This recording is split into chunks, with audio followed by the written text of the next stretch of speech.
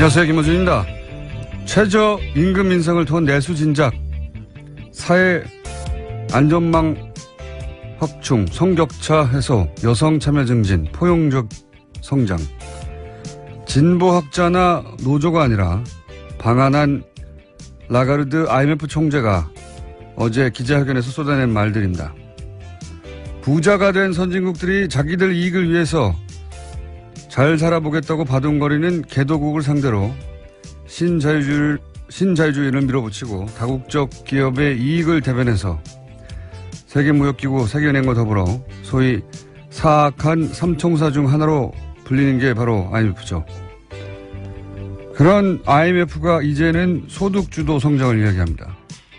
부자들의 모임이라고 불리는 다보스 포럼에서도 소득 불평등이 중심 화두가 된 게 벌써 몇 년 전입니다. 우리나라는 전 세계에서 가장 소득이 불평등하게 분배된 나라 톱5에 들어가죠. 사악하다고까지 표현했던 선진국과 다국적 기업과 세계적 부자들의 욕망조차 이대로는 안 된다고 각성하고 있는 사이에 우리는 4대강을 파고 대출로 부동산을 사라고 부추기며 낙수 효과만 외치고 있었습니다. 어제 헌정사상 초유의 헌재 소장 인준한 부교를 보고 끌어안고 환호하는 정치를 지켜보자면 그런 생각을 하게 됩니다. 우리는 몇 년을 뒤처져 있는 것인가? 이 역사 지체를 해소하는데 얼마나 걸릴 것인가? 갈 길이 멀다. 김원준 생각이었습니다.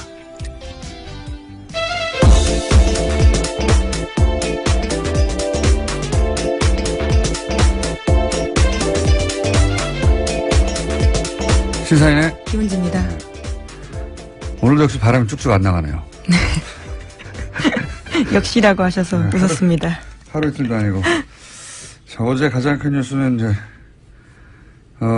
네, 김희수 헌재소장 후보자 임명동의안 부결이었죠. 네, 이게 왜냐하면 처음 있는 일이거든요. 네, 헌정사상 처음 있는 일입니다. 네. 헌재소장 임명동의안이 부결된 건요. 찬성표 145표였고요. 통과를 위해서 과반선인 147표가 필요했는데 2표가 모자라서 부결된 겁니다. 각 당의 반응들이 크게 갈렸어요. 네, 그 현장에서요. 아마 보신 분들도 있을 텐데 자유한국당과 바른정당 의원석에서는 환호와 박수 소리가 터져 나왔습니다. 일부는 얼싸안고 기뻐하는 모습까지 보였는데요. 이제 탄핵이다 이런 말도 나왔어요. 어제 국회에서. 네. 굉장히 기뻤던 거죠. 예. 네, 반면에 더불어민주당에서는 표결 붙이기로 함께 찬성했던 국민의당에서 표가 갈렸다라고 지적했습니다. 국민의당은 반박했는데요. 김동철 원내대표는 민주당에서 100명이 찬성했는지 120명이 한 건지 아무도 모르는 거 아니냐라고 반박한 겁니다. 청와대 입장도 어제 강하게 나왔는데요. 국민에 대한 배반이다라는 겁니다. 윤영찬 청와대 국민소통수석은 헌정질서를 정치적으로 정략적으로 악용한 가장 나쁜 선례로 기록될 거다라고 이야기했습니다.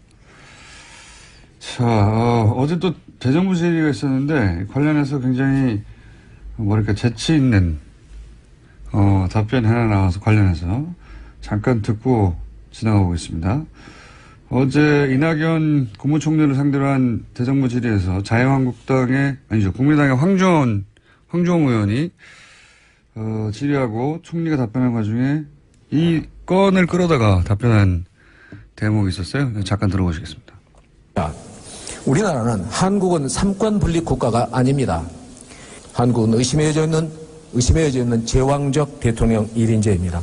삼권 분립이 무의미하다고 말씀을 하셨습니다마는 조금 전에 우리는 삼권 분립을 체험했지 않습니까? 대통령이 지명하신 헌법재판소장 후보자가 바로 인준에 받지 못한 사태가 바로 있었지 않습니까? 삼권 분립은 살아있다고 생각합니다. 예. 이게 아마 이제 문재인 대통령을 공격하기 위해서 황교안 의원이 이제 더불어민주당, 국민의당 황교안 의원이 공격을 한 건데 이낙연 총리가 이제 바로 직전에 있었던 헌재소장 부결 봐라. 삼권 분립이 살아있다. 어제 이낙연 총리의 답변 중에 재밌는 게 많이 있습니다. 예. 한번 찾아보시고, 예. 저희도 재밌는 거는 따로, 골라서 들려드리겠습니다만은 사실은 어제 임명안이 아슬아슬하게 통과되는 게 국민의당의 가장 좋은 거였죠. 제가 보기에는 그래요. 어차피 한국당과 바른정당은 당론으로 반대를 정하고 있었고, 예, 그리고, 민주당과 정의당은 통과를 주장하고 있었고, 국민의당 같은 경우에는, 이 채택을 했거든요. 보고서를 벌써 오래전에 참여해가지고. 네, 이미 청문회가 한참 전에 있었기 때문에요. 그러니까요. 청문보고서 채택도 이전에 있었습니다. 이게 이제 아슬아슬하게 임명안이 통과되는 게 국민의당이 가장, 캐스팅보는 국민의당이 지고 있었는데, 좋다고 한 이유는 뭐냐면, 그래야 여당이, 역시 국민의당을 붙잡지 않으면 안 되는구나. 이렇게 매달릴 것이고, 국민의당의 이제 대협상력도 더 강화될 것이고, 아슬아슬하게 통과돼야 가장 좋은 거죠, 제가 보기엔. 근데 이제 부결이 돼버리면, 이게 정무적 관점에서 보면 아주 당혹스러운 거죠. 책임론이 당장 불거지기 때문에. 왜냐하면 지난주부터 호남 홀대론을 국민의당에서 내세웠는데 이번에 최초의 호남 출신 헌재 소장이 후보로 나왔지 않습니까? 심지어는 이분이 박지원 전 대표가 헌법재판관 추천한 사람이에요. 그래서 어제 유구무원이라는 반응을 보였습니다. 그러니까 본인이 추천한 사람인데 이 당에서 버린 거죠. 예. 호남 홀대론을 주장하는 당에서. 더더욱 나쁜 거는 거기까지는 그렇다고 쳐도 더더욱 나빴던 거는 안철수 대표가 우리가 국회 결정권을 가진 거다.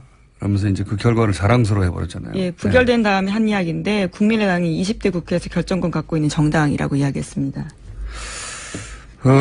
이거는 일종의 정치적 자해거든요. 왜냐하면 지금 호남을 베이스로 하는 국민의당으로서는 당황스러워해야 한다. 박지원 전 대표가 바로 추천한 사람이다. 게다가 호남 홀대론 얘기하고 있었다. 근데 호남 출신의 헌장 수상이다. 최초에. 근데 국민당이 부결시켰어요.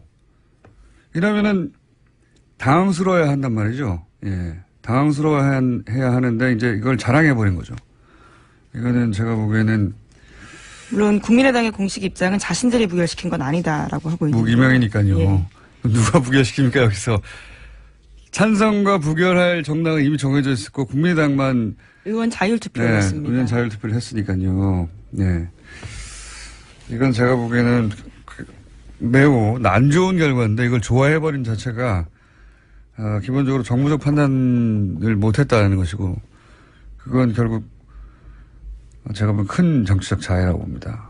보수 야당들도 제가 보기엔 박수치고 좋아할 일이 아닌 것이 여의도에서 자기들끼리만 얘기하면 사실 뭐 여야 할 것 없이 정치인인데 자정적인 한계이긴 한데 자기들끼리는 좋아한 거 이겼다고. 근데 제가 보기엔 이건 문재인 지지자들을 좌절시키는 게 아니라 결속시킬 사안이에요. 열받게 하는 사건이거든요. 부결시킬 만큼 결정적 사유들이 나오지 않은 상태에서 이렇게 된 게 처음이기 때문에 다들 청문 보고서가 있습니다. 채택됐어요. 청문 보고서 채택됐는데 예, 그리고 무슨 흠결이 발견돼서 뭐 논쟁이 벌어진 것도 아니잖아요. 그냥 부결된 거예요. 그냥 아무 이유 없이 사실은. 예, 보수 야당에서야 오히려 이유가 있어요. 진보적이다 뭐 등등. 자, 대단한 제가 보기에는 자살골이라고 보는데.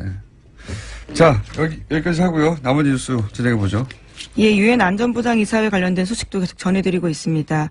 오늘 그러니까 현지 시각으로는 11일 오후 6시고요. 한국 시간으로는 지금 7시입니다. 북한 6차 핵실험에 대한 대북 제재 결의안 표결에 붙이게 되는데요. 기존안보다 완화된 내용이 나왔습니다. 미국 쪽에서 최종안을 냈는데 중국, 러시아 등 유엔 회원국들의 대북 원유 수주를 현 수준으로 제한하기로 했습니다. 원래라면 미국은 대북 원유 공급 전면 중단을 요구한 바가 있습니다. 또 김정은 북한 노동당 위원장 제재 대상에서 제외했고요. 고려항공도 제재 대상에서 지정하지 않았습니다. 북한의 의심 선박에 대한 공해상에서의 차단과 검색도 요청한다라고 밝혀서 유엔 회원국들의 이행을 의무화하지 않았습니다. 이건 이제 중국, 러시아하고 이렇게 합의가 된 거죠. 예. 미국이 주도해서 제출하는 결의안인데 예. 부결돼 봐요. 쪽팔리잖아요.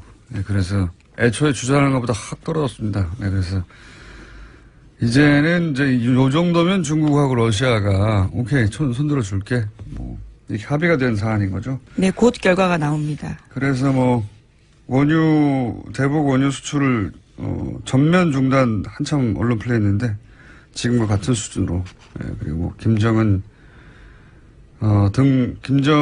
포함한 계좌 동결이라든지 여행 제한 조치 등을 이야기했었는데요. 그 모든 거에 제외됐습니다. 지금까지 있던 거 비슷한 거예요. 말만 그렇게 떠들어댔지. 자, 어쨌든 요 수준의 제재안은 이제 통과될 것이다. 근데 그건 뭐 달라질 게 없다는 거죠. 이전과는 크게. 예. 당장 전쟁에 나가 북한을 완전히 고립시켜서 멸망시킬 거라고 얘기하더니 아니잖아요. 네.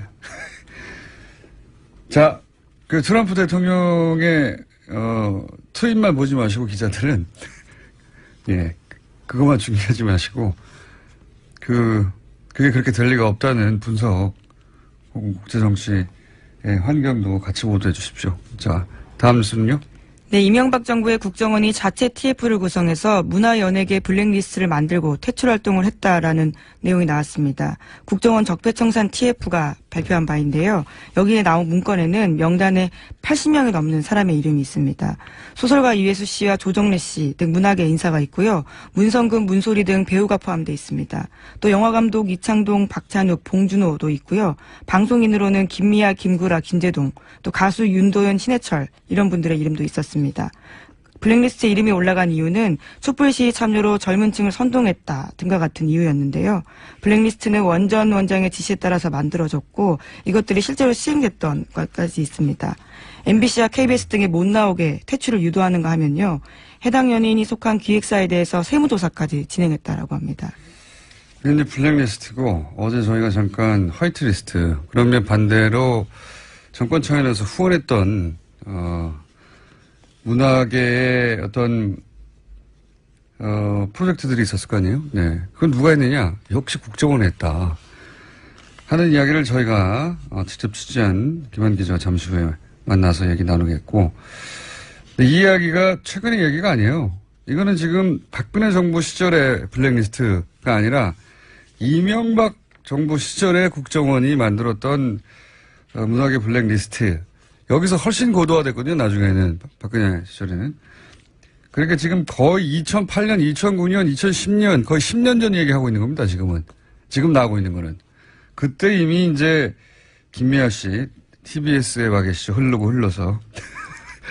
그리고 김재동 씨, 김재동 씨에 대한 이야기는 이미 오래전부터 나왔죠. 꽤 보도가 나왔었는데요. 당시 사찰당했고 프로그램에서 쫓겨났다라는 보도들이 많았습니다. 근데 그때 댓글이 인기가 떨어져서 그랬다라고 댓글을 달았는데 그 댓글 단 사람이 또 그 댓글 알바단이었다는 것도 드러났죠. 같이. 예. 그렇게 자기들이 잘라놓고 인기가 없어 그러는데 무슨 소리냐고 하는 언론도 만들어내고 복지고 장치고 했던 거죠. 예. 이건 거의 10년 전 얘기입니다. 그 사이 10년 사이 얼마 만에 쌓였겠어요, 이게.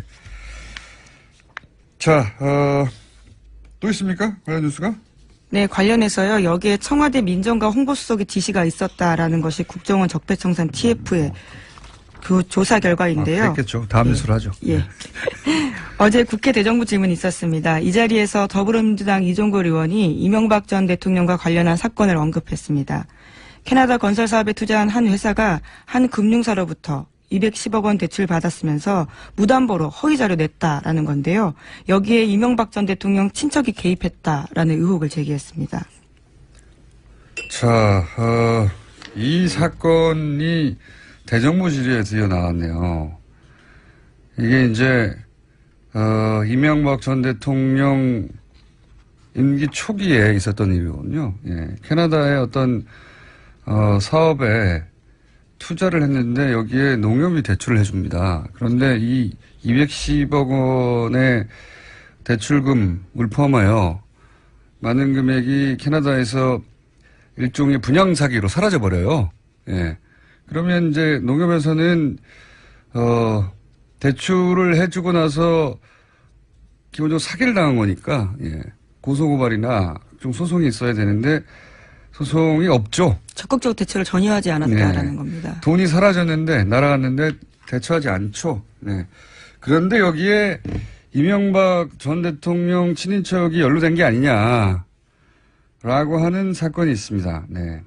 그 사건에 대해서 이제 10년 만에 거의 10년 만에 대정부 질의에 이 사건이 등장을 한 거죠. 예. 네, 그래서 어제 박상기 법무부 장관이 대답을 했는데 이 사건이 지난 정부에서는 단순히 기소 중지되어 있었지만 최근에 다시 수사 지시했다라고 답했습니다. 예, 수사 지시했지만 진행을 안 되고 있었어요. 예, 계속해서. 표창원 의원도 연달아서 관련 질의를 했습니다. 잠깐 들어보시겠습니다. 혹시 저수지 게임이라는 다큐멘터리 영화가 지금 개봉 중이고 상당히 많은 관객들이 보고 있다는 사실 알고 계십니까? 네, 기자가 쓴 것으로 알고 있습니다. 장관께서는 보셨거나 혹시 보실 계획 없으십니까? 아직까지는 보지 못했고 한번 들여다볼까 생각하고 있습니다. 이 사건을 다룬 게 저수지 아니, 게임이라는 이 영화 영화인데 이야기 안 하신다고 하셨던 걸로 제가 기억이 나는데. 제가 한 게 아니잖아요. 의원이 대정부실에서 했습니다. 네. 이 사건을 다룬 거군요. 예. 이렇게 도와주시나요? 의원님? 자, 약간, 대정부실에서 이 사건이 처음으로 등장했어요. 10년 만에. 처음으로 등장했고, 다행입니다. 전화 주진우 기자는 굉장히 오랫동안 쫓아왔거든요. 이 사건을.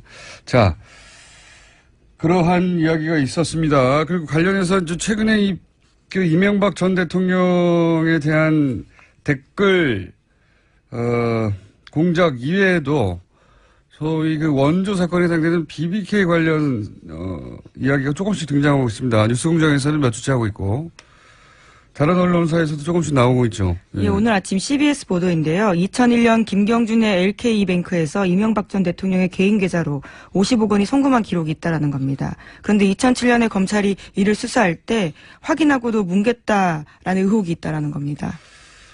이제 이명박 전 대통령 관련 이 BBK 관련 사건은 너무 많은 이름들이 등장해요.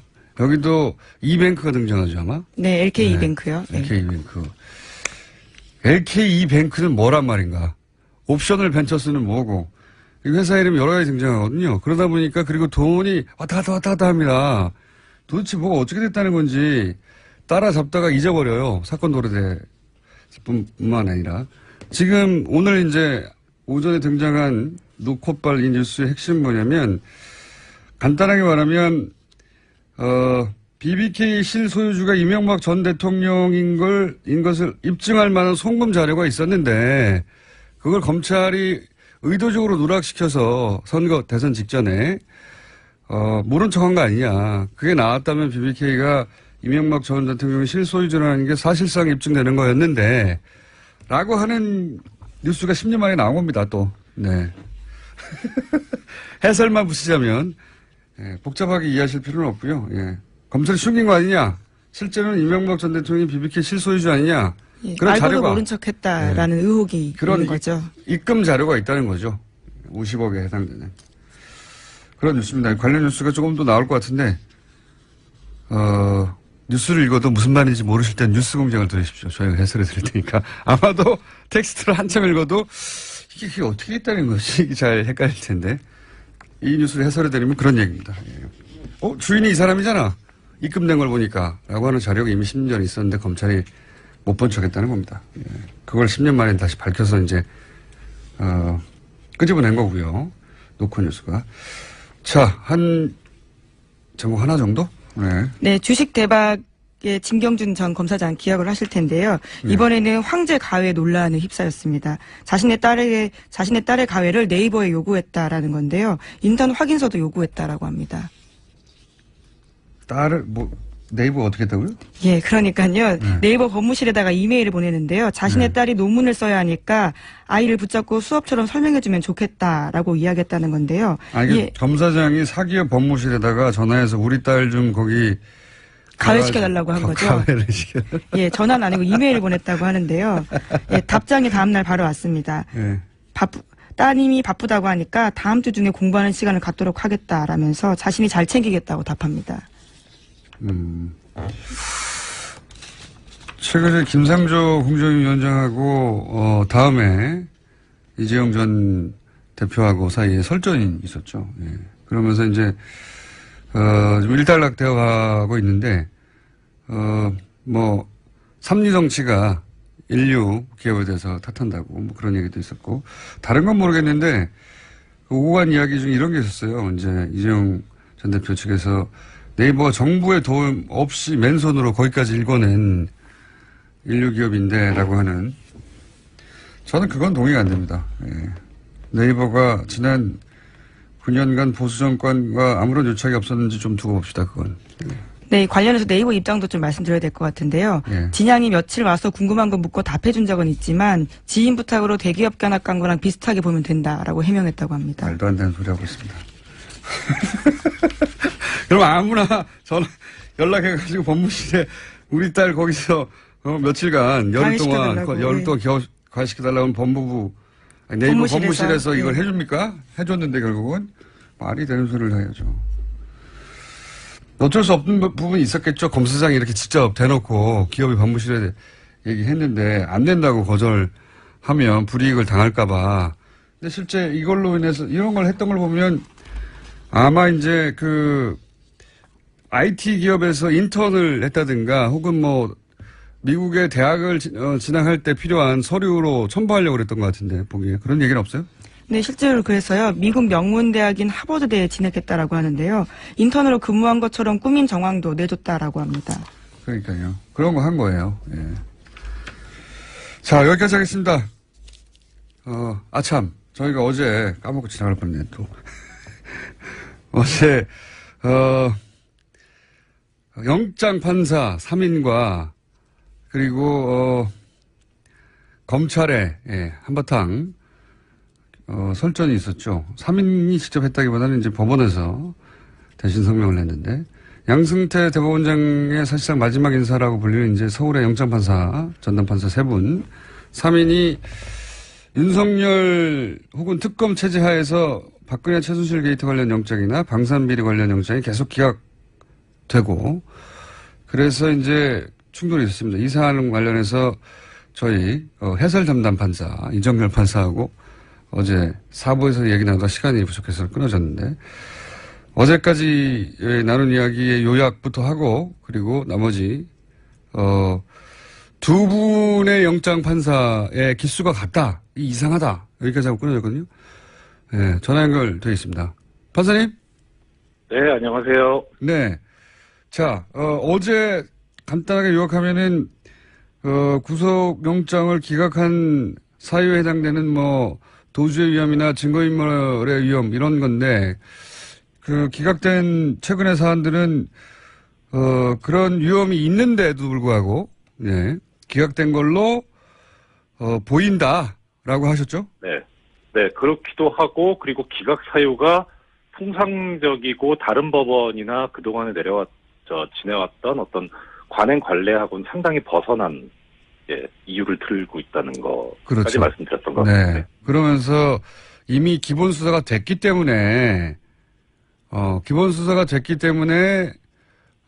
구속영장이 필요 없다는 식의 그 기각 사유도 나왔는데, 그게 이제 기본 정보가 수사됐기 때문이라는 것도 사실은 등장하지 않는 문구라면서요, 보통은. 예, 기본적 증거라고 기본적 증거. 있는데, 예, 그 기본적 증거라고 하는 개념이 이제 어떤 법학적이나 뭐 법조계에서 정립된 용어도 아니고 개념도 아니고, 그리고 그래서 개념이 명확하지 않으니까 도대체 어느 정도 됐길래 그렇게 했다는 건지 그런 그러니까 잘 쓰지 않는 특이한 튀는 용어를 썼다는 거죠. 그렇군요. 기본적 증거요? 네. 네. 저는 이제 그 법은 모르는데, 그러면 기본 증거만 취합하면은 수사를 더 이상 안 해도 되는 건 아니잖아요. 그렇죠. 당연하죠. 그러니까 네. 기본 증거라고 하는 게 어떻게 보면은 이제 법원, 판사의 관념일 수 있고, 네. 사실 이제 이 증명을 해야 되는, 유죄 증명을 해야 되는 검사 입장에서 보면은 이게 기본 증거일 수도 있고 아닐 수도 있고, 그야말로 그 개념을 인정한다고 할 때, 그리고 가능한 모든 증거를 수집해야죠. 어떤 데서 어떻게 이제 그러니까요. 구멍이 생길지 모르니까 일단 증거는 명확하게 다 수집을 해놓고 봐야 되는 게 검사의 입장이거든요. 거꾸로 예를 들어서 물론 말씀하신 대로 어디까지가 기본이냐 하는 정의도 안 돼 있지만, 네. 거꾸로 기본적인 범죄의 증거가 나왔어? 그러면 확실하구만. 더 수사해야지. 이렇게 나가야 되는 게 맞는 것 같은데. 그렇죠. 예, 이게 예, 상식적인. 그렇기도 하고, 예, 그렇기도 하고 더 나가서 어제도 말씀드렸지만 기본적인 증거라고 하는 게 유죄 관련 증거를 굳이 해석을 하자면 유죄 관련 증거뿐만 아니라 형량에 영향을 미치는 증거도 수집을 해야 되거든요. 그러니까 뭐 범죄 후에 뭐 예를 들어서 어떤 뭐 나쁜 그 행위를 했다든가 하면은 형량이 더 올라갈 수 있거든요. 그게 또 그 양형에 고려해야 된다는 요소라고 형법에 규정도 하고 있고요. 그러니까 그거는 어떻게 보면 정말 개념을 인정해도 기본적인 증거라고 할 수도 없는 거예요. 근데 그런 것도 다 검사가 수집을 해야죠. 그리고 이제 피의자 입장에서 보면은 자기가 형량을 높게 받을 수 있는 그런 증거들은 인멸하려고 하는 게 당연한 유혹이고요. 그러니까요. 기본적인 증거가 나왔으면 저는 오히려 구속영장을 내줘야 될 것 같다는 상식선에서의 생각도 하고, 네. 기본적인 증거가 거꾸로 해석하면 기본적인 증거가 나왔으면 그러면 구속하지 않아도 되는, 구속시키지 말아야 되는 이유가 된다는 건데 납득이 안 갑니다. 한마디로. 여하간 그렇습니다. 예. 이런 오히려 증거를 인멸해서 증거가 없으면 이제 구속하면 안 되는 거고. 그렇죠. 그런 기본 증거조차 없애버렸으면 이제 그럼 구속 사유가 아예 사라지는 거고. 예. 여러 가지 논리적인 모순이 생기는데, 근데 이제 어제 이런 얘기 하시다가 마지막 부분에 영장 전담판사 3인 중에 2사람이 동기다. 그 의미를 얘기하시려고 하다가 시간이 부족해서 다시 연결한 건데요. 그게 왜 중요한 대목이죠? 그러니까 뭐 중요하다기보다는 여러 가지 좀 의혹을 불러일으키는 요소 중에 하나인데요. 네. 일단 보통은 이제 여러 가지 그 내부적으로도 다양성을 좀 확보를 하려는 의미에서 연령별로도 그렇고 이제 수별로도 그렇고 약간 다양성을 주는데 그래서 이제 작년만 해도 이미 말씀드렸던 대로 이제 부장판사 2사람의 구성이 24기, 연속 24기하고 25기 이렇게 있었는데 그러면 이제 자연스럽게 순서대로 가면 올해는 25기, 26기 이렇게 돼야 되는 게 아니냐. 그게 통상적이다. 예. 그렇죠. 예. 그런데 26기 2사람이 됐거든요. 그래서 뭐 아주 좋게 해석하자면은 뭐 특별히 그 사람들이 영장 그 처리 업무에서 탁월한 능력을 보이니까 그래서 발탁을 했다 이렇게 할 수도 있겠지만 사실 법원 인사는 사실 그렇지는 않아요. 보통 이게 예측 가능하게 다음번에 이렇게 되겠다 하는 그런 수순으로 가거든요. 그런데 그런 관행하고 좀 안 맞는 거죠. 그러니까 이게 딱 그거 하나만 집어서 이상하다 이렇게 할 수도 있겠지만 오히려 이런 것도 있고 저런 것도 있고 한 그런 것 중에 하나라고 보시면 좋을 것 같습니다. 그게 이제 이런 이야기를 저희가 계속 하고 있는 이유 중에 하나가 이런 연속되는 기각된 걸 가만히 들여다보면 결과적으로 그렇습니다. 실제로 박근혜 최순실 게이트 그렇죠. 관련 영장이나 방산비리 관련 영장이나 소위 이제 윤석열 체제하에서 지금 적폐청산의 일환으로 추진하고 있는 영장들이 자꾸자꾸 기각되다 보니까 검찰도 이런 주장을 하는 건데, 그리고 이제 저희도 이런 이야기를 하는 이유가 핵심적으로 근저에 깔려 있는 어떤 인식은 이게 이제 혹시 정치적 의도를 가진 거 아니냐. 네. 혹은 뭐 그런 의혹 있지 않습니까? 아시지 않습니까? 예. 그렇죠. 많이 돌고 있는 얘기인데, 사실 근데 뭐 이렇게 방송에서 이게 드러내놓고 얘기하기에는 어느 정도 증거가 있었는데 사실 그런 증거는 없어요. 그런 증거는 없고. 그런 증거가 있으면 벌써 수사에 들어갔겠죠. 그렇죠. 예. 근데 이제 여러 가지 이제 그 방증을 가지고 이제 나름 이제 좀 추정하는 거 해보는 건데, 아까 말씀드린 이제 그 인적 구성도 좀 이상하기도 하고 또 하나는 이제 말씀드렸던 대로 뭐 계속 이게 어느 정도 좀 이런 정도면은 뭐 기각할 만하다 이런 정도면 발발만 하다 이렇게 좀 납득이 돼야 되는데 뭐 전혀 뭐 생뚱맞은 용어를 쓰지 않나 뭐 다른 사건에서 발부된 걸 이 사건에서 기각을 하지 않나 뭐 하니까 형평도 안 맞거든요. 그러니까 이게 뭔가 있는 거 아니야라고 하는 생각이 들게 하는 거예요. 그리고 또 하나 이제 반면 뭐 고영태는 이 요건에 그렇죠. 되지도 않는데 구속이 된다든가 그죠? 예. 사실 근데 고영태 씨는 뭐 그냥 통상적으로 하면은 이제 도주 우려가 있다고 보이기는 해요. 그래서 이제 그 이전에 사라진 적이 있으니까. 아니 근데 제 말은 얘기하고 싶지 않은데 같은 기준으로 하면 거기도 기각이 됐어야죠. 같은 기준이라면. 그렇죠. 그렇죠. 제 말은 그겁니다. 그러니까 지금 저도 거기에 동의합니다. 역시 예리하신 우리 공장장. 그리고 또 하나는 이제 뭐냐면 참 이게 아까 지적도 해주셨지만 양승태 씨가 지금 이제 마지막 인사잖아요. 임기도 한 달도 안 남았는데. 예. 그러니까 이제 마지막 인사인데 그 당시 인사 그 할 때가 올 2월이었었거든요. 2월 말.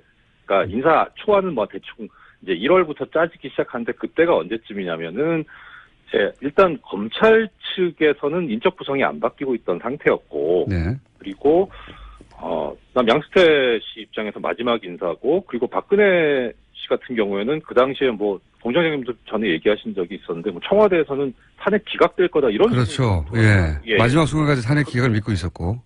그렇죠. 그러니까 그러면 그 당시 상황을 이제 지금 돌아가서 보면은 그쪽 입장에서는 이제 마지막 진짜 그야말로 그 한 방을 해야 되는 그런 상황이었던 거죠. 그리고 이제 아무리 뭐 법적으로 보면 사실 그 영장전담 판사를 각급 법원에서 이제 임명을 하는 거는 구체적으로 이 사람을 뭐 어떤 업무를 맡길 건가라고 하는 거는 그 각각 법원장의 권한이거든요. 그러니까 대법원장의 어떤 권한은 아닌데 법적으로는. 근데 이제 이 서울중앙지법은 약간 특성이 있는 게 이 대응하는 검찰청이 옛날에 대검중수부나 뭐 서울중앙지검이어가지고 대형 비리 사건이나 정치인 사건을 많이 해요. 그러니까 그냥은 임명 못하고 검찰 측 의견이 상당히 반영된다는 게 법조계 통설이거든요. 검찰 측 의견이 반영된다는 게 결국은 정권의 의견이 반영된다는 그렇겠죠, 거거든요. 당연히. 예. 그러니까 그 당시 상황하고 놓고 보면 이게 좀 검찰 측에서도 그렇고 정권 측에서도 그렇고 양승태 씨 입장에서도 그렇고 그야말로 자기들의 입맛에 맞고 믿을 만한 사람을 임명하지 않았겠느냐 하는 거죠. 그런 추정과 정황 정도를 얘기할 수 있다. 예. 예, 그런 점. 그런데 이제 두 사람이 동기인 점, 그리고 그다음에 납득할 수 없는 기각 사유, 발부 사유로 이제 영장이 처리되고 있는 점, 이거 다 해보면 그럼 이거 진짜 뭐가 있는 것 같다. 이상하긴 이상하구만. 예. 예. 그냥 통상적이진 않아요. 알겠습니다. 통상 그 영장 전담 판사를 실제 본인도 해보셨지 않습니까, 판사님도? 네. 어쨌든 그래서 전문가의 눈에는 이상한 점들이 많이 눈에 띈다. 네. 그래서 그런 의혹에 대해서 이상하기도 할 뿐만 아니라 안타까운 게 뭐냐면 정말 그동안 20년 넘게 영장전담제도가 실시되면서 영장전담 판사들이 이 객관적 기준 마련하려고 엄청나게 노력을 했었거든요. 근데 그게 일순간에 무너지니까 참 진짜 안타깝기도 하고 화가 나죠, 보면. 알겠습니다. 오늘 여기까지 듣겠습니다. 감사합니다. 네, 고맙습니다. 네. 이정열, 뉴스공장 전담, 해설 판사였고요. 자, 아직도 앉아 있었어요? 네. 인사드리겠습니다. 시사인 김은지였습니다. 감사합니다. 네, 감사합니다. 국정원 국내 파트 2차 장산에 화이트리스크 지원하기 위한 엔터팀을 구성했고 엔터팀 아이오 요원이 우파 영화 기획안을 들고 제작자와 후원자를 물색한 것이 확인됐습니다. 영화까지도 정보기관에 정치적으로 악용했다는 것입니다. 이거 조사하셨습니까? 예, 그 보도를 통해서 봤습니다만 진실을 알아볼 필요가 있다 이렇게 생각합니다. 조사 확실히 해주십시오. 네.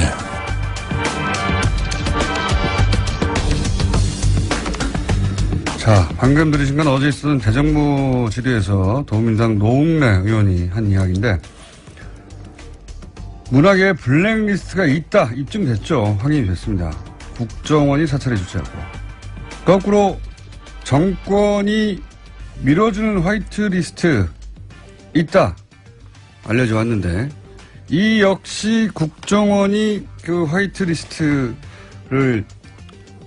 작성하고 지원하는 실천 주체였다 하는 보도가 처음으로 나왔습니다. 이 내용을 취재한 한겨레 21의 김한 기자 수에 나와 있습니다. 안녕하십니까? 네, 안녕하세요. 요 관련 사안을 계속 추적 중이시네요? 네, 그렇습니다. 여름이 지났네요. 네. 몇 개월 전에 이 엔터팀이 있는 사무실, 네. 예, 추적했고 그 엔터팀이 있는 사무실에 갔더니 태극기 집회를 네. 주최했던 단체들이나 가짜 뉴스를 생산했던 그런 단체들 사무실과 같이 있더라. 네, 그게 이제 엔터팀 사무실은 아니었고 강남에 있는 한 주택에 영화 역사상 이 엔터팀이 지원한 지원한 영화사에 영화 역사상 전무후무한 공적 지원을 받아서 오로지 공적 지원 43억만으로 영화를 지금 현재 제작 중인 한 영화사가 사용했던 사무실과 탄핵 반대 태극기 집회를 주도했던 보수단체 그리고 가짜 뉴스를 만드는 언론사가 네. 한 건물 지하에 모여 있더라. 다 같이 이걸, 있더라. 예, 이걸 확인했었죠. 어깨동무하고 같이 있더라. 네. 이런 거거든요. 그걸 처음으로 밝혀냈던 본인이 밝혀낸 건 아니잖아요. 근데 네, 같이 취재한 기자. 시내 21 네, 기자가 시내 취재했는데 취재했었죠. 시내 21 특성상 이런 뭐 탐사보도 쪽이 전문적이지 않다 보니까 한겨레 21로 같이 이렇게 한 거죠. 네, 그렇죠. 예. 상당한 어드바이스를 제가. 네. 그리고 나서 본인이 꿀꺽 본인의 계속 같이 나눠하고 있습니다. 본인의 사실상 특정으로 꿀꺽 네. 하신 분인데 이번에 요 사안도 같이 공조해서 취재가 된 겁니까? 네, 뭐 저희가 20일에 이제 국정원을 전문 취재하는 해온 기자들이 있습니다. 네. 어저께 이제 적배 TF가 사실관계를 확인했던 그 2013년도 댓글 사건을 처음 보도했던 뭐 정한봉 기자나 그다음에 그 사이버사령부 댓글을 보도했던 하영 기자랑 같이 요 사안을 국정원 진행을 했습니다. 관련해서 오랫동안 한겨레에서 보도해 왔었죠. 하영 기자. 갑자기 생각이 나네요. 좀 네. 밖에 앉아있는데 소파에 네. 들어오지. 왜 들어오라고, 오셨는지 모르겠습니다. 네. 들어오라고 했더니 예, 게시판이 더럽혀진다고 안 들어오고 있어요. 자, 이게 이제 한마디로 말하면은 이런 화이트리스트의 지원을 그러니까 화이트리스트에 올라간 영화의 사인과 같고 실제로 지원을 받은 영화도 있고 그 영화 제작사도 있는데 이런 거를 운영하던 주체가 국정원 안에 있었다. 네, 이게 처음 밝혀진 거죠. 네, 굉장히 놀라운데요. 그 국정원 안에 엔터테인먼트 담당이 있었다는 겁니다. 네. 2차장 산하에 정보보안국이 있습니다. 국정원 내 핵심 부서고요. 박근혜 정부 시절에 이 정보보안국장이 우병우 전 민정수석 등에게 직접 보고한 사람으로 지목받은 추명호 씨입니다. 이 추명호 씨 산하에 엔터팀을 두고 이 엔터팀이 영화계 전반에 대한 여기 전반은 뭐 제작, 배급, 기획 이 전반에 대해서 개입해 왔다. 이 사실을 저희가 이제 처음으로 확인을 했습니다. 지금 말씀하신 추국장은 소위 이제 최순실 라인으로 국정원 그렇죠. 내에서 특정에 지목된 분인데 그러니까 최순실 라인이 국정원 안에서 영화 투자 배급을 관장하는 부처에 힘을 쥐고 있었다는 거네요. 그러니까 추명호 국장이 정보보안국장이기 때문에 국내 정보 수집을 사실 모든 실무적인 책임자긴 한데 이 부서 역시 거기에 속해 있었다. 그리고 거기서 이게 이제 국정원 기관 출입들이 보통 한 기관을 출입하거나 아니면 어떤 그 특정한 조직을 이제 하는데 여기는 그렇죠. 엔터팀이라고 해서 엔터는 사실 모든 것이잖아요. 그러니까 네. 그럼 모든 뭐 예를 들어서 제작사, 배급사를 다 사찰했겠네요. 네, 저희가 구체적으로 확인한 활동은 세 가지인데요. 일단 영화판이라는 게 메이저 투자 배급사가 4개밖에 존재하지 않습니다. 그래서 이 메이저 투자 배급사들이 어떤 영화를 만드는지를 파악을 하면 한국 영화가 뭐가 지금 제작되고 있는지를 다 파악할 수 있는데 이 메이저 투자 배급사들을 수시로 그러니까 거의 정기적으로 사찰했다. 다녔다는 것이고요. 그래서 회사 앞에 와서 임원에게 전화를 하면 고위 임원에게 전화를 하면 임원이 내려가서 만나는 식이었다. 그 임원들은 국정원 직원인 줄 알고 만나는 거죠? 당연히 그 국정원 직원인 줄 알고 만나는 거죠. 국정원에서 왜 우리 영화 제작 현황에 대해서 관심이 있지? 뭐 이렇게. 투자 배급사 직원들은 뭐 국정원에도 찾아와서 만나자고 하니까 임원이 나가서 어떻게 안 만납니까? 국정원이 만나자는데. 그리고 이제 그 부담이 있는 거잖아요. 지난 정권에서 뭐 영화판이 좌편향돼 있다. 그다음에 제일 큰 뭐 투자 배급 메이저 배급사가 대기업인데 여기가 이제 좌파다. 뭐 이런 얘기를 예를 들면 CJ 같은 거 공공연히 하는 상황에서 국정원 직원이 찾아오면 굉장히 부담스럽고 그 직원이 찾아서 니네 영화 지금 뭐 만들고 있니? 뭐 앞으로 만들 영화 뭐야? 이런 거를 이제 확인을 쫙 묻지 않은 것도 답하게 돼 있어요. 그렇죠. 예. 그런 심리가 되죠. 그런 전후 사정이 없어도 국정원 직원이 와서 뭐 내놓으라고 하면 다 내놓습니다, 대부분. 그리고 이게 또 놀라운 게 국내 기업들만 아니라 외국 직배사들도 다녔다는 거예요. 그래서 국내에 들어와 있는 외국 직배사들이 있습니다. 헐리우드 직배사들. 여기를 다니면서 무슨 영화를 만들고 있냐 뭐 이런 걸 확인했다는 건데 이게 약간 주목해볼 대목이 있는 게 이명박 정부 이후에 이른바 이제 블랙리스트 좌파 감독으로 찍힌 감독들이 국내 영화 투자에 굉장히 애로를 많이 겪습니다. 그래서 이창동 감독이라든지 그렇죠. 영화 지금 영화 보신 지가 얼마 돼서 이창동 감독의 영화가 진짜 오래됐습니다. 돈을 안 주니까요. 네, 그래서 이들이 우회한 방법이 상대적으로 권력의 입기를 덜 타는 외국 직배사를 통해서 이제 투자를 받는 형태. 그렇죠. 헐리우드 진출이라고 이제 표현됐으나 실제로는 국내 투자받기 어려워져서. 네, 그렇죠. 그러니까 그런 방법이 있는데 이 외국 직배사도 국정원이 다녔다는 겁니다. 그래서 너희도 무슨 영화 만들고 있니? 그 영화 왜 제작하고 있니? 압박을 좀 느끼라고 하는 건가요? 이런 거를 했다는 거고요. 그리고 저희가 취재에서 제일 재밌었던 건 이 대목인데요. 실제로는 동향 파악이나 사찰을 넘어서 실제 제작을 기획을 했다는 겁니다. 국정원이 직접 제작하겠다는 영화를 거죠. 만들어 보겠다고 국정원은 말이죠. 사업을 좋아해요. 저도 오랫동안 국정원을 애정하며 지켜봤지 않습니까? 국정원은 기본적으로 직접 돈을 벌고 이게 전혀 상상하지 못하는 건데 직접 사업을 해서 돈을 벌고자 하는 욕구가 그 안에 있다는 걸 전 여러 번 느꼈어요. 워낙 네. 뭐 많은 일을 다양하게 할 수 있어서 그런가 본데. 왜냐면 정보도 많잖아요. 네, 그렇죠. 그리고 이제 국정원이 은밀하게 움직일 수 있는 돈도 있고 그리고 오비도 있잖아요. 네. 그러니까 그리고 그 양지회가 기본적으로 이제 엄청 큰 조직이죠. 뭐 복지를 위하여 하는 사업들도 있는데 이게 이제 경기가 애매한 거죠. 그래서 그러니까 국정원 조직을 위한 것이냐 아니면 국정원의 일부 고위직들의 사익을 위한 것이냐 경계가 애매하거나 그 이익이 이상하게 하여튼 이 큰 건입니다 이거. 네. 그래서 이 영화 제작은 뭐 이랬다는 겁니다. 강남에 있는 한 횟집, 구체적인 장소는 이제 강남에 있는 횟집입니다. 룸이 있는 방에서 국정원 직원을 만난 거예요. 중견 영화 감독이. 이 영화 감독은 다수의 영화를 연출했던 감독인데 그래서 가보니까 자신이 예전에 영화를 할 때 만났던 그 협조를 좀 받은 적이 있는 국정원 직원과 다른 영화 감독이 있었다는 겁니다. 그래서 뭐 이런저런 얘기를 했겠죠. 그래서 이분이 이제 TK 출신인데 뭐 나온 출신 고등학교가 후지다 뭐 이런 얘기를 국정원 직원들이 막 하면서 이제 술자리가 진행이 됐는데 그러다가 갑자기 그 대통령 히어로물을 만들어 볼 생각이 없냐? 박근혜 대통령 시절입니까? 네, 박근혜 대통령. 여성 시절. 대통령이 주인공인 히어로물. 뭐 여성이라고까지는 얘기는 안 했는데 이 국정원 직원이 그래서 예로 든 영화가 에어포스 원입니다. 그래서 에어포스 원은 막 대통령이 직접 액션도 그렇죠. 하고 테러랑도 막 싸우고 이렇게 하지 않냐. 근데 이제 정확하게 뭐라고 얘기를 했냐면 그 이런 영화들을 하면 헐리우드는 대통령이 주인공이어서 안보의식을 고취하는 영화들이 흥행도 하고 뭐 이렇게 하는데 국내 영화인들은 이런 인식이 없다. 이런 영화를 만들면 문화로도 안보를 할 수 있다. 이렇게 얘기를 하면서 그 다음부터가 중요한데 구체적으로 흔히 말하는 이때도 이제 국정원도 아는 거예요. 흔히 말하는 애국영화, 국뽕영화를 만들면 우리가 한 30억 정도 되줄 수 있다. 국정원이 애국영화, 국뽕영화라는 단어를 사용해요. 그래서 한 30억 정도 대줄 수 있다. 이렇게 이제 그 자리에 저한테 왔으면 제가 만들었을 텐데.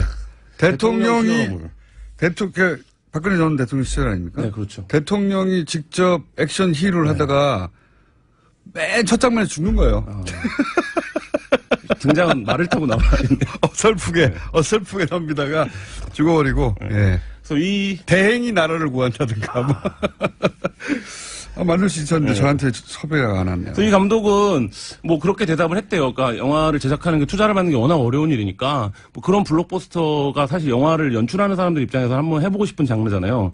그래서 뭐 그런 블록버스터도 나오면 좋죠. 이렇게 의례적으로 얘기를 했더니 구체적으로 거듭 액수를 얘기를 했다는 거예요. 30억 정도는 우리가 투자를 이런 제안이 받아야겠다. 꼭 그분한테만 갔으란 법은 없네요. 없죠. 예. 예. 근데 이제 정상적인 상호를 한다면 국정원 돈을 받아가지고 여성 대통령이 주인공인 액션물을 만든다는 상상을 정상적이라면 할 수 없죠. 네, 뭐 저는 할 수 있는데. 근데 여기서 중요한 게 구체적으로 투자 금액을 제안했다는 건데요. 그렇죠. 그러니까 이 30억을 제안을 했는데 뭐 30억이 어떤 의미일까를 저희가 그래서 그 영화 투자를 오래 담당했던 정부기관 담당자나 투자사들에게 물어봤어요. 국정원이 이런 제안을 했다는데 왜 30억 얘기를 한 거 같냐? 그랬다고 했더니 지금 영화가 만들어지려면 핵심적인 코어 금액이 있어야 됩니다. 이 코어 금액이 전쟁 영화 같은 경우에는 한 6, 70억 정도 예산이 최소 들어간다고 봤을 때 한 절반 정도를 누가 메인 투자를 해줘야 나머지가 온다? 네, 나머지 금액을 만들 수 있는 거죠. 그래서 한 30억 정도를 만약에 갖고 나머지 투자를 따내는 거는 그렇게 어려운 일이 아니다. 아하. 그래서 이 국정원의 제안이 뭐 어제 댓글들 보니까 뭐 국정원 영화도 모르는 것들이 30억 갖고 무슨 전쟁 영화를 만든다고 이렇게 나오는데 그게 아니라 이 영화가 실제 메이드 될 수 있는 출발점. 출발점을 자기네가 마련해 주겠다. 이게 영화를 이제 제작하는 사람들끼리는 그 의미를 알 수 있는 금액이고, 근데 이 30억이 굉장히 공교로운데, 제가 취재했던 영화도 한 대략적으로 규모가 30억이었고, 그 다음에 그 최초의. 소위 이런 식의 투자를 받았을 거라고. 최초의 국뽕영화라고 얘기되는 연평의 전도 딱 처음에 모았던 1차 금액이 한 27억 정도였고, 그 다음에 인천 상륙작전도 딱 두 기관에서 30억씩 딱딱 넣어주면서 출발할 수 있게 패턴이 됐거든요. 나오네요. 네, 그래서 패턴이. 이 30억이라는 금액이 아직 뭐 구체적으로 이게 어떤 의미인지는 모르지만 굉장히 중요한 금액일 수 있다. 그리고 아마도 제가 보기에는 그게 투자금을 회수할 때, 뭐랄까요. 이 정도면 첫 번째 투자 아닙니까? 그렇죠. 가장 높은 비율로 배분금을 가져가겠죠, 분배금을. 이게 뭐 국정원이 직접 투자를 할 생각이었는지 아니면 자신들이 출입하는 다른 기관을 통해서 투자를 만들어주려고 했던 것인지 뭐 이런 구체적인 것들이 좀 확인돼야겠지만. 또 추계하실 거죠. 일단 여기까지 하겠습니다. 김한 기자였습니다. 감사합니다. 네, 감사합니다.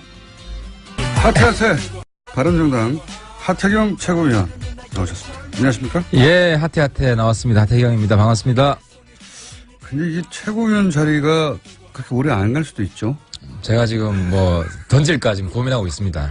왜냐하면 대표가 이제 사퇴했기 때문에 같이 선출된 최고위가 사라지고 이제 비대위가 들어설 수도 있는 거 아닙니까 원래? 그죠? 비대위 들어서고 잘리는 거고요. 비대위 들어서기 전에 비대위를 촉구하기 위해서 제가 던질 수도 있습니다. 그리고 나서 비대위원장에 나가시려고? 비대위원장 경선이 아니기 때문에. 네. 자, 그 이야기도 아주 중요한 이슈입니다. 왜냐하면 단순히 누가 비대위원장이 되느냐 문제가 아니라 소위 이제 자강해야 한다 파와 아니다 보수 통합해야 한다 파가 지금 전선이 있잖아요. 내부 노선 싸움 중입니다. 그 얘기는 잠시 후에. 후에. 이야기하면 노선 싸움 중입니다 지금. 그게 이제 바른정당만의 운명이 걸린 게 아니라 자유한국당과의 전체 정치 지형하고도 연결된 이야기라 좀 이따가 예. 얘기해 보려 하고 우선 이제 자유한국당이 들어왔습니다. 보이콧 처리하고. 왜 들어왔을까요? 처음부터 스텝이 꼬였죠. 스텝이 꼬인 거를 뭐 제가 좀 역할을 했죠. 그러니까 핵심은 이게 어떻게 꼬였냐면은 예. 발단이 MBC 때문에 이제 그렇죠. 보이콧을 시작한 거예요. 예. 근데 월요일 보이콧인데 김장겸 체포영장 때문에. 그렇죠. 근데 월요일 보이콧 시작인데 일요일 핵실험을 한 거예요. 그리고 김장겸 사장은 출석을 해버리고요. 그런 거죠. 그러니까 핵실험을 했으면은 그때 정세 판단해서 바로 유턴했어야 돼요. 그렇게 철회를 했어야 되는데 이게 안 되는 거야 그 당은. 정세 왜 안 됩니까 그게? 기본적으로 내부에 하태경 같은 사람이 없죠. 아니 내부에 쓴소리하는 사람이 없어요. 이게 저는 제가 그 과거 새누리당에 있을 때 제가 한 번씩 내부에 쓴소리 할 때 뭐 이건 당연한 거다고 했는데 나와 보니까 정말 그런 지금 완전히 진공 상태예요. 자유한국당 안에서 견제할 수 있는 내부 견제할 수 있는. 왜 친박의 의원들 좀 남아 있고 한데 왜 조용히 있는 거죠? 친박 의원들이 남아 있으니까 더더욱 그냥 반문으로 가는 거는 무조건 고하자. 길거리로 나가자. 이성적인 사고를 안 하는 거죠. 그리고 또 그때 공천 파동으로 초선 의원들 좀 있지 않습니까 제법 그 자유한국당에 초선 의원들이 좀 있고 사실 전투력이 좀 없어요. 정투력이 좀 있는 의원들이 있는데 네. 그분들이 철새가 돼버리는 바람에 목소리를 예를 들면 김성태 의원을 말씀하시는 겁니까? 몇 분 계시잖아요. 김성태 의원님은 활약하신 분들. 오히려 돌아가고 나서 목소리를 굉장히 왜냐하면 거의 유일하게 목소리를 크게 낼 수 있는 분이라 있는 분인데 그날 딱 사진 보니까 이 보이콧 하자 네. 지금 구호 외치고 계시더라고요. 그래서 제가 좀 많이 쑥스러웠을 겁니다 아마. 자 어쨌든 돌아오긴 돌아왔는데 이제 뭐 그다지가 아니라 얻는 게 없이 돌아와서 오히려 내부 비판 얘기가 나오다가 김일수 헌법재판소장 인준안이 부결되면서 다시 자유한국당이 분위기가 살았어요. 살았죠. 근데 네. 돌아오는 건 사실 월요일날 보이콧 시작해서 화요일부터 우리 컴백해야 된다는 얘기가 나왔어요. 네. 그래서 스케줄 딱 짜놓고. 뭐 어떻게 돌아오지? 이거 짜고 있다는 거죠. 예, 근데 아무런 명분 없이 돌아왔잖아요. 그리고 심지어 내가 보니까 김정은이 주적이 아니고 문재인이 주적이야. 자유한국당에게는? 장애 집회 할 때 보니까 자유한국당. 왜냐하면은 집회 제목이 문재인 정권 5천만 핵인질 규탄 집회예요. 네. 5천만 핵인질을 김정은이 만든 거지 문재인 정권이 만든 게 아니잖아요. 그러니까 이 완전히 저가 그분도 못하고 억지로 그냥 문재인 정권 반대하는 싸움 명분을 억지로 만든 거죠. 자, 거기까지는 자유한국당이 사실 크게 장사를 못하다가 어제 김일수 헌법재판소장 인준안이 부결되면서 자유한국당이 이제 기세가 좀 올라갔지 않습니까? 어제 뭐 끌어안고 뭐 그러고 있더라고요. 네. 예. 바른정당은 끌어안기까지는 안 하더라고요. 당론으로 반대하긴 했는데. 그러니까 이 부분이 좀 말씀을 드리면 바른정당이 뭐 100% 문재인 정권을 도와줄 수는 없어요. 우리도 이제 우리 나름대로 소신이 있기 때문에 김희수 반대에 솔직히 제가 앞장섰습니다. 바른정당에. 네. 통진당 해상에 반대했다. 이게 반대했다기보다 네. 팩트를 왜곡을 한 게 결정적인데 법관이 팩트를 왜곡하면 안 된다. 뭐 반대할 수도 있죠. 근데 그건 의견이고 팩트는 뭐냐면 통진당이 우리 사회의 실질적 민주주의를 구현한 정당이다.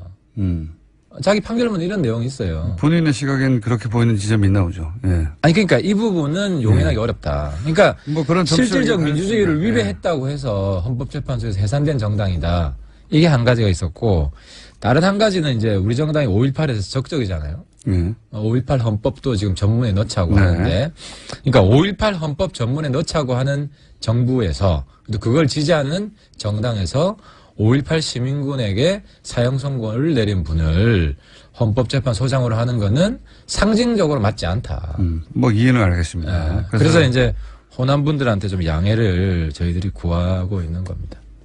바른정당은 사실 요 사안에서 크게 목소리를 냈다기보다는 당론으로 스탠스를 그 정도로 정했는데 가장 중요한 건 자유한국당이에요. 근데 지금 기분이 나쁘더라고요. 어제 추미애 대표 비판 성명이 나왔는데 한국당과 국민의당이 김희수 현재 소장 그 문제를 두고 짓밟았다. 네, 바른정당은 여기서 언급도 안 하더라고요. 보이지 않는. 네. 그래서 아우 제가 좀 더 추미애 대표를 더 까야겠구나. 바른정당은 얻은 게 없어요. 근데 거꾸로 국민의당은 그러니까 자유한국당은 기세가 올라간 게 확실하고 바른정당은 눈에 안 띄고 국민의당은 이 결과로 얻은 게 있는 게 아니라 잃은 게 오히려 많습니다. 그건 안 대표가 치명적 실수를 한 거죠. 그건 실수입니다. 확실히. 안 대표가 좀 정치적 훈련을 좀 더 해야 되고 그러니까 이제 호남 특히 분들한테 정확하게 설명을 해야 돼요. 왜 이렇게 됐는지. 근데 이제 설명하기도 애매한 게 자유투표에 맡겼어요. 그러니까 이제 안 대표가 주도한 것도 아니야. 실제로 국회의원들하고 지금 안 대표랑 사이도 별로 안 좋거든요. 그렇게 알고 계십니까? 네, 안 대표 말 듣고 뭐 찍은 것도 아니고 본인들 생각 따라 찍은 거예요. 뭐 그런 분위기가 있었겠죠, 뭔가. 그렇죠. 근데 그렇더라도 어쨌든 안 대표는 호남 분들한테 아니 제가 설명하듯이 5.18 헌법을 만들고자 하는데 5.18 정신에 안 맞다 이분. 이렇게 설명하면 택시 운전사도 많이 보셨고 광주분들이. 근데 어느 정도 반발을 조금 무마시킬 수 있었다고 생각하는데 그걸 좋아해버렸어요. 갑자기 우리가 결정권을 가지고 있다. 우리가 다 안다. 이래버리면. 국민의당에서는 오히려 당혹스러워서 이거 민주당 이탈표라고 우리가 한 게 아니라고 이렇게 약간 비껴가려고 했는데 안철수 대표가 오히려 이거 내가 한 거라고 우리가 한 거라고 치고 그렇죠. 나오는 바람에 네, 그렇죠. 게다가 그 김희수 헌법재판관 시절에 추천한 분이 박지원 전 대표입니다. 호남에서 추천했고 호남의 대표적인 정치인이 추천했고 게다가 보고서가 채택이 됐었잖아요. 네. 그리고 그때는 통과시킨다고 했었고 청문회 때. 근데 이게 이제 추가적으로 뭔가 더 흠결이 발견된 게 아닌데 여기서 갑자기 당대표가 바뀌었을 뿐인데. 네. 박지원 대표의 정치력도 이번에 확인이 된 거죠. 사실은 박지원 대표 입장에서는 막 변명을 할 게 아니라 주변 의원들을 좀 설득을 해서 통과를 시켜줬어야 됐는데. 그래서 처음엔 당황스러워 하셨던 것 같고 그래서 이제 아마 교각사루라고 하는 사자성어가 박지원 대표의 부결 직후에 SNS에 썼었죠. 교각서류라는 거는 뭐 조그만 잘못을 바로잡으려다가 소를 죽여버렸다 이런 뜻이잖아요. 네. 그냥 그 말도 참 이해가 안 되더라고요. 누가 각이고 누가 그 뿌리고 누가 소냐. 나중에 보니까 박성진하고 그건 제가 보기에는 그 만들어낸 것 같아요. 즉흥적으로 제 생각에는 당황해서. 제 생각에는 초반에는 왜냐면 본인이 추천했던 그렇죠. 후보자거든요. 그리고 그때까지만 하더라도 통과될 줄 알았거든요. 근데 안 됐어. 당황스러웠죠. 그래서 이거 이제 문재인 정부에다가 국민의당 힘을 보여주려고 하다가 이거 아예 부결시켜서 우리가 죽게 생겼다. 이런 의미가 담긴 거라고 봅니다. 근데 저는 사실 부결될 거라고 생각했습니다. 왜냐하면 이번에 새로운 변수가 생겼는데 교회 쪽에서 엄청난 문자 폭탄을 보냈어요. 뭐 그렇다는 얘기가 있습니다만은 그것보다 더 무서운 게 정당의 존립이 흔들리는 거잖아요. 호남에서. 국당이 뭐 이번에 아무튼 지지율 측면에서는 지지율 관리를 잘 못한 건 확실하죠. 의원님이 지난번에는 마이크를 귀에 갖다 대시더니 이번에는 턱 밑에 해가지고 삼키시겠어요. 이 자리에 일부러 배치해 놓은 거 아닙니까? 그렇긴 한데 귀 옆으로 가지고 가려고 지금 거의 뭐 씹어드시고 계시죠. 중간중간에 한 5cm 정도만 뒤로 물러서 주시면 예. 저희 PD가 침친다고 굉장히 싫어합니다. 자, 그래서 국민의당 입장에서는 안철수 대표 발언 없이 이거를 그냥 민주당에다 떠넘겼어야 되는데 안철수 대표가 자랑스러워 해버렸기 때문에 떠넘기기도 스탠스가 어정쩡하고 후폭풍은 국민의당에게 일부 돌아갈 거라고 보여지는 상황이고. 네. 그건 이제 남 걱정할 때가 아닌 게요. 이때까지 남 얘기였고. 맞습니다. 우리 집이 초상집입니다, 지금.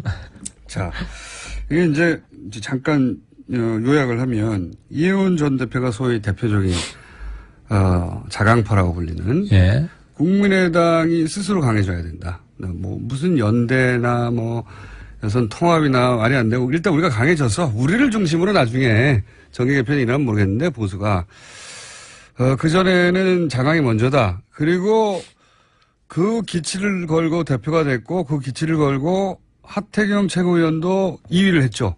네, 대표적인 장악파 두 분이 이제 1, 2위를 한 거예요. 그러니까 그때 전당대회 때 기본적으로 국민의당, 바른정당의 지지자들은 두 분을 선택한 거죠. 그래. 맞습니다. 우리가 먼저 네. 강해져야 돼. 근데 이제 사건에 연루돼서 스스로 사퇴를 하셨고, 그리고 나서 이제 비대위를 꾸린다고 했는데, 다들 비대위라면 뭐 유승민 전 후보가 아니겠는가. 가장 지명도는 높고, 그리고 이제 이혜원 전 대표처럼 자강파이기도 하고. 예, 그렇죠. 예, 그리고 자강파가, 나서는 게 지난 전당대회 정신에도 맞고, 뭐 이렇게 쭉 흘러갈 줄 알았거든요? 흘러갈 줄 알았는데, 지금 국회에서 벌어진 이런 사태 때문에 좀 묻히고 있는데, 굉장히 큰일이 벌어졌어요. 그렇죠. 남자끼리 뽀뽀하는 아주 큰일이 벌어졌죠. 근데 이 문제는 제가. 네, 유승민, 김무성 뽀뽀 사건은 어떻게 된 겁니까? 일단. 사과해 주세요. 저희 당이 사회적 무리를 일으킨 것에 대해서 제가 정말 진심으로 사과를 드리고요. 이 부분은 그 근원이 어디 있는지 조사를 해가지고. 네. 바른정당의 적폐로 규정하고 청산을 하겠습니다. 다시는. 네. 근데 제가 그날 조금 일찍 나왔어요. 그래서 뽀뽀 현장에는 없었는데. 네. 만약 있었다면 제가 못하게 했을 겁니다. 근데 이게 강제 뽀뽀 사건이에요. 강제 뽀뽀 사건. 예, 이제 자발적으로 뭐 둘이 화해하고 뭐 이런 게 아니고. 아하. 여기서 풀어. 막 이렇게. 그게 아니라 사진을 유심히 보시면 네. 그 중간에 한 분이 이렇게 손으로 강제로 붙입니까? 붙이는 게 있어요. 성폭력인데 이건. 그 부분을 못 보셨는데. 아하.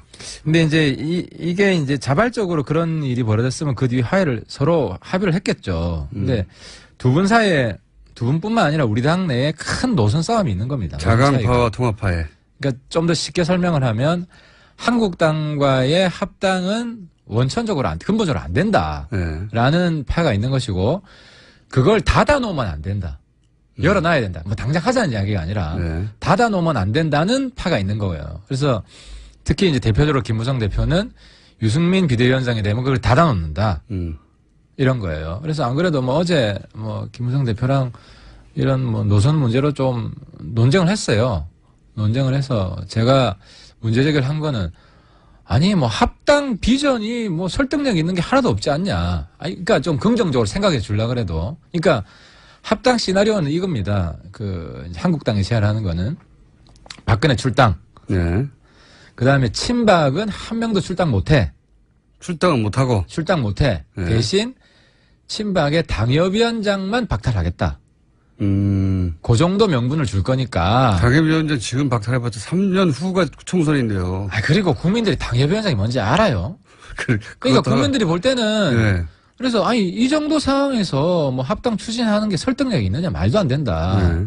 그래서 아니면 합당파들도 뭐 구체적인 대안을 가지고 설득을 해봐라. 우리들을. 근데 전혀 설득을 못하는 상태에서 그러면 합당을 안 한다고 말할 수밖에 없는 거지. 그러니까 여기에 대해서 아무런 답변을 못해요. 그래서 저희 당에서 내일 저녁에 끝장 토론하기로 했어요. 당의 진로와 관련해서. 이게 이제 뽀뽀만 보도가 됐는데, 이제 어떤 그 공방이 오가냐면, 유승민, 의원이 비대위원장의 마음이 있는 거예요. 실제. 있는 보니까. 겁니다. 예, 할 수 있다는 있어서, 겁니다. 예, 할 수 있다. 뽑아주면, 당에서 요구하면. 그런데. 추대해주면 이런 그렇죠. 거죠. 그렇게 예. 가는 건 줄 알았더니, 김무성 전 대표가 안 된다. 그러면 유승민 사당이 된다는 얘기가. 그 이야기도 제가 김무성 대표한테 항의를 했습니다. 예. 아니, 형님. 저 형님이라고 부릅니다. 대표님. 사당이 된다는 거는 수석 최고위원인 하태경이 유승민 똘만이라는 이야기 아니냐. 아니, 내가 김무성 대표한테도 대드는 사람이고, 유승민한테도 대드는 사람인데, 내가 똘만이냐. 그 얘기, 실제 사당이 될까봐 걱정하는 게 아니라, 속내는, 그러면 또 자강파가 힘을 얻어가지고. 그렇죠. 네. 그러니까 표현을 잘못한 거예요. 그래서 저뿐만 아니라 우리 정운천 최고, 김영우 최고, 유승민 보스로 모시고 있는 사람들이 아니다. 이거는 김무성 대표가 추구하는 노선에 설득력이 떨어지는 거다. 본인의 정치력을 문제 삼아야지. 왜 사당화로 하냐 해서 그건 내가 좀 과했네. 이게 핑계죠, 핑계. 핑계예요. 본인이 과했다고 한 거고. 게다가 유승민 사당으로 비칠 거 우려스럽다 해도 끝난 게 아니라 그러면 주호영 체제로 그냥 가자 일단. 주호영 원내대표라는 게 어떤 원내대표를 그렇게 내세운 게 어떤 의미가 있냐면 주호영 원내대표는 대표적인 통합합니다. 그렇습니다. 예, 그러니까 주호영 원내대표가 바른정당의 대표 입이 되어 통합의 이런 어떤 추세나 움직임을 계속 그냥 유지해 가서 통합하는 쪽으로 가자. 이게 속내가 아닙니까? 그죠? 그러니까 이제 명확하게 이야기하면 이제 독자파는 국당하고 정치연대, 선거연대 부정하지 않습니다. 네. 그거는 추구를 합니다. 자강은 국민의당과 연대하고 모양을 갖추자는 거고, 예. 통합한 한국당 합당파고. 예. 그래서, 지금, 제가 솔직히 말씀드리면, 요번에 끝장 토론에서 끝장을 안 보면, 연말에 당 깨집니다.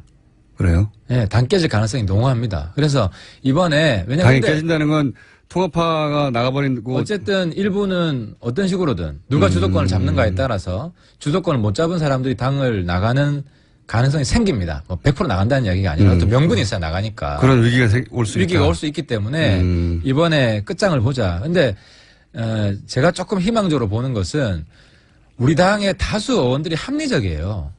제가 예를 하나 들면 예. 한국당 보이콧 했을 때 이번에 우리 당 내에서도 보이콧 하자는 사람들이 몇 분 계셨어요. 예. 의총을 했죠.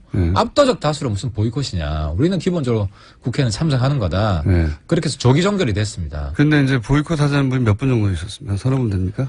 뭐 한 서너 분이고 그분이 약간 이제 한국당 압도적 다수라 해봐서 20명밖에 안 되잖아요. 그렇죠. 한국당 합당.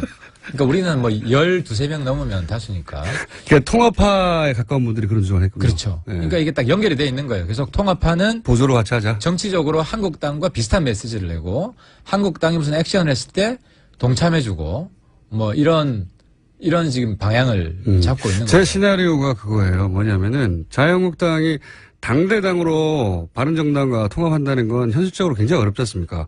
어렵죠. 하태경 어떻게 할 거야, 하태경. 예를 들면. 홍준표가 물러나야 되고, 당대당 합당. 이해훈 어떻게 할 거야, 뭐 이런 고민이 있단 말이죠. 그렇죠. 그 다음 유승민 의원 같은 경우도 강하게 얘기하잖아요. 내가 다시 들어가려고 이렇게 나왔냐, 그 고생을 했느냐. 이런 분들은 사실은 이런 분들을 다 합치고 복당하는 건 어렵단 말이죠. 그래서 제가 보기에는 현실적인 대안이, 소위 국회 선진화법으로 문재인 정부의 입법 중에 자신들이 원할 때 언제든지 저지할 수 있는 최소한의 선, 그 선을 만드는 게 바른정당에서 12명인가 13명인가 오거나 베스트고, 예. 만약에 못 온다면 바른정당에 있으면서 그 12사람, 13사람 정도는 항상 자유한국당과 물밑으로 교류해서 예를 들어서 이번은 실패했지만, 밖으로 나가자고 할 때 실패했지만, 그 12명, 13명 정도가 다수가 되어가지고, 밖으로 나가자면 밖으로 같이 나가주고, 이런 세를 만드는 것. 이게 이제 선진화법으로 하면 5분의 2거든요. 네. 5분의 2면 지금 120명이죠. 그러니까 121명을 확보해야 됩니다. 네. 그럼 지금 109명이니까 12명을. 그렇죠. 딱 12명이에요. 데려가야 되는데. 저도 더하기 빼기 해봤더니 12명이더라고요. 근데 이제 정치인이 바보가 아니라서 네. 명분 없이 자살골을 잘 못 넣습니다. 그게 제 말은 뭐냐면 같이 통합하는 게 어렵다면 바른정당에 있는데 항상 이 12명 정도는 자유한국당과 스탠스를 보조를 맞추는 거죠. 그런 새를 만드는 작업을 지금 하고 있는 게 아니냐. 그러니까 그게 이번에 저는 그렇게 이제 봅니다. 보이콧을 같이 하려고 했던 것이고. 그렇죠. 실패했는데. 그건 이제 우리 당 다수가 예. 막은 것이고. 그래서 한국당이 공개적으로도 지금 이야기해요. 통합은 없고 흡수밖에 없다. 네. 합당 안 하겠다는 거예요. 네, 그렇죠. 그래서 12명 흡수하겠다는 것인데 이제 문제는 그 싸움인 거죠. 우리 내부의 독자파와 합당파가 노선 싸움을 하는 것이고. 근데 이제 어쨌든 국회의원들은 명분이 중요하기 때문에 명분도 없이 그냥 뭐 주랭란 하듯이 그렇게 가지는 않을 겁니다. 상시 트로이 목마를 12명으로 심자 플랜. 뭐 자기들 최대 목표죠. 그렇죠. 그런데 그 노선 혹은 그 플랜에 김무성 전 대표가 동참한 게 아니냐 하는 이 행보가 보인다는 거죠, 지금. 저의 그림입니다. 아, 이런 그림이 그려지고 있는가 하고. 그러니까 우리 의총에서 분위기 보면 아는데 네. 의총에서 김무성 대표가 이치에 맞지 않는 이야기를 자꾸 하시면 네. 뭔가 뭐 약점 잡힌 거 있나라는 의심을 받을 수가 있겠죠. 네. 그래서 네. 내일 끝장 토론 한번 지켜보겠습니다. 그런데 그 끝장 토론의 결론에 따라서는 당이 지금처럼 유지되지 못할 가능성이 있긴 있다. 아니 유지는 됩니다. 유지는 왜냐하면 되는데? 뭐 어디 갈 명분이 없잖아요. 당장은. 근데 당장은 연말에 명분이 없잖아요. 연말에 당이 깨진다는 것은 연말 되면 선거도 가까워지고 네. 그리고 그때쯤 되면은 지금 한국당 내에 무슨 친박이나 이런 거 정리하는 작업을 추진하고 있잖아요. 네. 아직 출당도 못 시켰지만 출당도 될 것이고 또 뭐 당협위원장 당협위원장 박탈도 쉽지 않아요. 그것도 쉽지 않죠. 친박 네. 한 번 박탈당하면 그거 어떻게 다 되살아옵니까?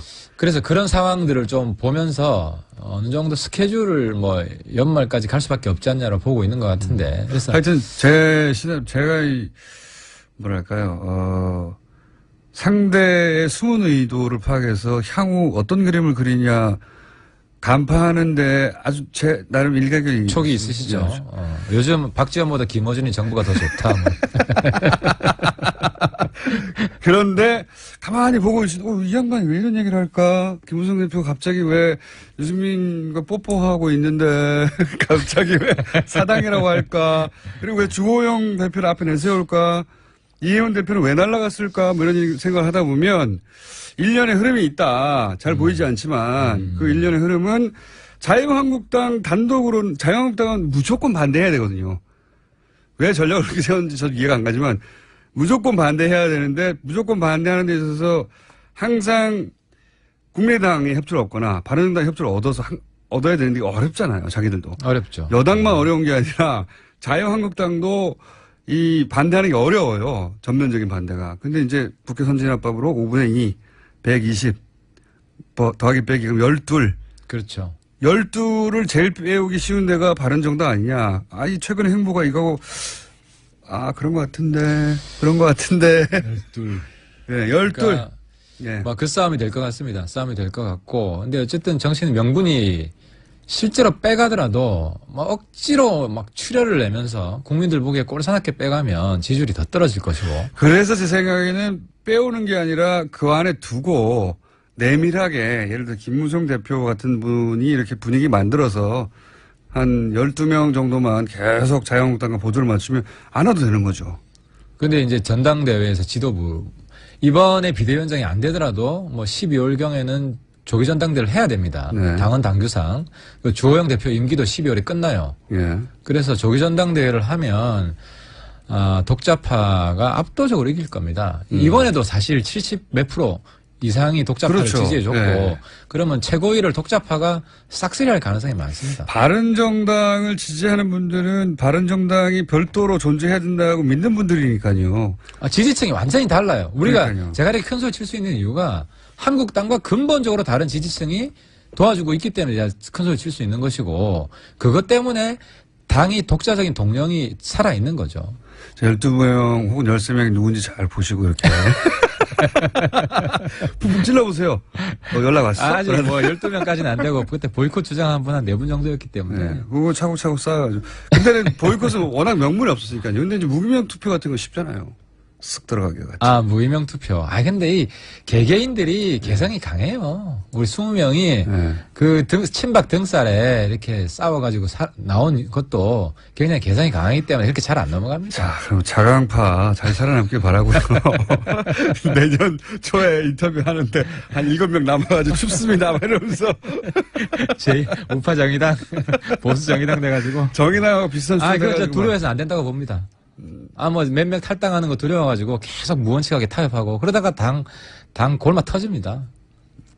그럼 제 주장이 한두 명 탈당하는 거 무서워하지 말고 원칙대로 나가자. 한두 명 탈당하는 거 무서워하지 말고. 예. 마지막 질문인데 저희 PD가 갑자기 이런 거 안 하는데 저희 PD 굉장히 게으르거든요. 근데 갑자기 최근 어떤 팟캐스트에서 오히려 보수 세력이 소위 문재인 지지를 해야 한다고 언급했는데 이게 이유가 뭔가요? 제가 궁금했나 봅니다, 아마도. 네. 연문 반출을 주장했죠. 그러니까 안보 문제에 있어서는 문재인과 연대를 하고 추미애를 까야 된다. 그러니까 왜냐하면은 문재인 대통령이 이게 무슨 사자성어인 줄 알았더니 문재인 대통령이 대북 문제에 있어서 보수의 입장을 수용을 했어요. 네. 그래서 대화 이제 언급 안 하겠다. 네. 제재 이야기하고 푸틴 앞에 가서 원유관 폐쇄 이야기를 하고 북한 노동자 수입 금지를 주장하고 이게 뭐 보수 노선을 완전히 수용한 것이고 심지어 뭐 문재인 정부 국방부 장관은 전술핵 배치까지 검토할 수 있다. 저는 실현은 안 될 거라고 봅니다. 군인이니까요. 네, 그런 이야기까지 나오면은 그런데도 계속 문재인 깔끔한 찾으면 안 된다. 이거는 진보로부터 공격받고 있는 건 전향했다고 문재인 정권이. 그러면 보수가 끌어안아야 된다. 안보 문제에 있어서는. 그래서 어제 또 김경수 소위 문재인 복심이라는 분이 대화 절대로 안 되고. 그건 복심 아니에요. 아닌가요? 근데 그렇게 알고 있어요, 국민들이. 그래서 뭐 제재해야 되고 이런 이야기를 또 했고 때문에 이 부분에 있어서는 안보 문제에서는 이제 문재인 정권 까지 말고 전폭적으로 지지를 하자. 오히려. 그래서 보수가 문재인 정부를 보수적으로 포섭하자 뭐 이런 전략이네요. 그렇죠. 안보에 있어서는 확실히 문재인 정권이 보수 정권이 되게 하자. 보수 정권이라고 보다 진보 보수를 아우르는 초당 정권이 되게 하자는 거죠. 그런 의미에서. 그렇죠. 그래서 용어가 뭐라고요? 연문 반추. 반추. 말도 안 되는 사자성어가 나타나겠습니다. 저희 PD가 궁금했나 봅니다. 이게 무슨 뜻인가 하고. 자, 큰 의미 없었고요. 오늘 여기까지 하겠고, 12명 누군지 잘 보십시오. 13명, 11명, 그 정도. 저는 그런 작업을 안 하면 저는 자유한국당 아니라고 봅니다. 자유한국당 어떻게 살아남았습니까, 이때까지? 작업 능력이 많이 떨어져 있어가지고. 요즘 그래요? 제가 1대 100으로 싸울 때 제대로 대응합니까? 전혀 못하잖아요. 아니, 직접 싸우지 못해도 작업 능력은 아직 살아있지 않겠는가. 작업으로 살아왔는데. 홍준표 대표가 조직적인 분이 아니에요. 그렇긴 합니다만. 독고다이를 해가지고. 체계적으로 공작을 할지 좀 솔직히 의문이 되지만 그래도 경계하겠습니다. 여기까지 하겠습니다. 바른정당 하태경 얼마 있으면 안일 최고위원이었습니다. 감사합니다. 예, 감사합니다. 불친절한 AS. 안항구 청장님의 책 국세청은 정의로운가 책을 드디어 구입했습니다. 그런데 책에도 천둥번개 효과음이 필요합니다. 그렇지만 한 장 한 장 집중해서 읽겠습니다. 그리고 오늘도 댓글부대, 뉴스공장 댓글부대가 출동 많이 했어요. 예. 심지어는 노루가 좀 잘 들었습니다라고. 당일 방송이 아니라 내일 나올 방송을 미리 문자로 보내는 분도 있고, 제 팬클럽도 붙었나 봅니다. 네. 7시 6분에 오늘 방송 너무 좋았어요. 또 있었습니다. 이정열 판사님 출연료는 받으시나요? 라고 문자를 보내셨는데, 받으시겠죠, 아마? 예. 받으실 거면 너무 걱정하지 마시고, 이정열 판사님의 가까운 친인척으로 살아야 되는데 너무 걱정하지 마십시오. 네. 여기까지 하겠습니다. 자, 폰으로 들어가기 전에 재밌는 문자가 하나 와가지고, 예. 지난 토요일에 버스에서 뉴스 공장에 크게 울리던데 내용을 들으니까 금요일 방송이더라고요. 기사님이 다시 듣기로 금요일 방송을 듣는 바람에 승객들이 교통정보를 어제 거를 들었습니다. 정태임 소장님 코너인데 정태임 소장님이 안 나오셨어요. 주무시다 늦게 일어났습니다. 안녕하십니까 소장님. 네, 안녕하세요. 자, 칼 본란이 사회경제연구소 한번 얘기하고요. 아니 이렇게 일찍 일어나시지 이렇게 오늘 늦게 일어나셨어요.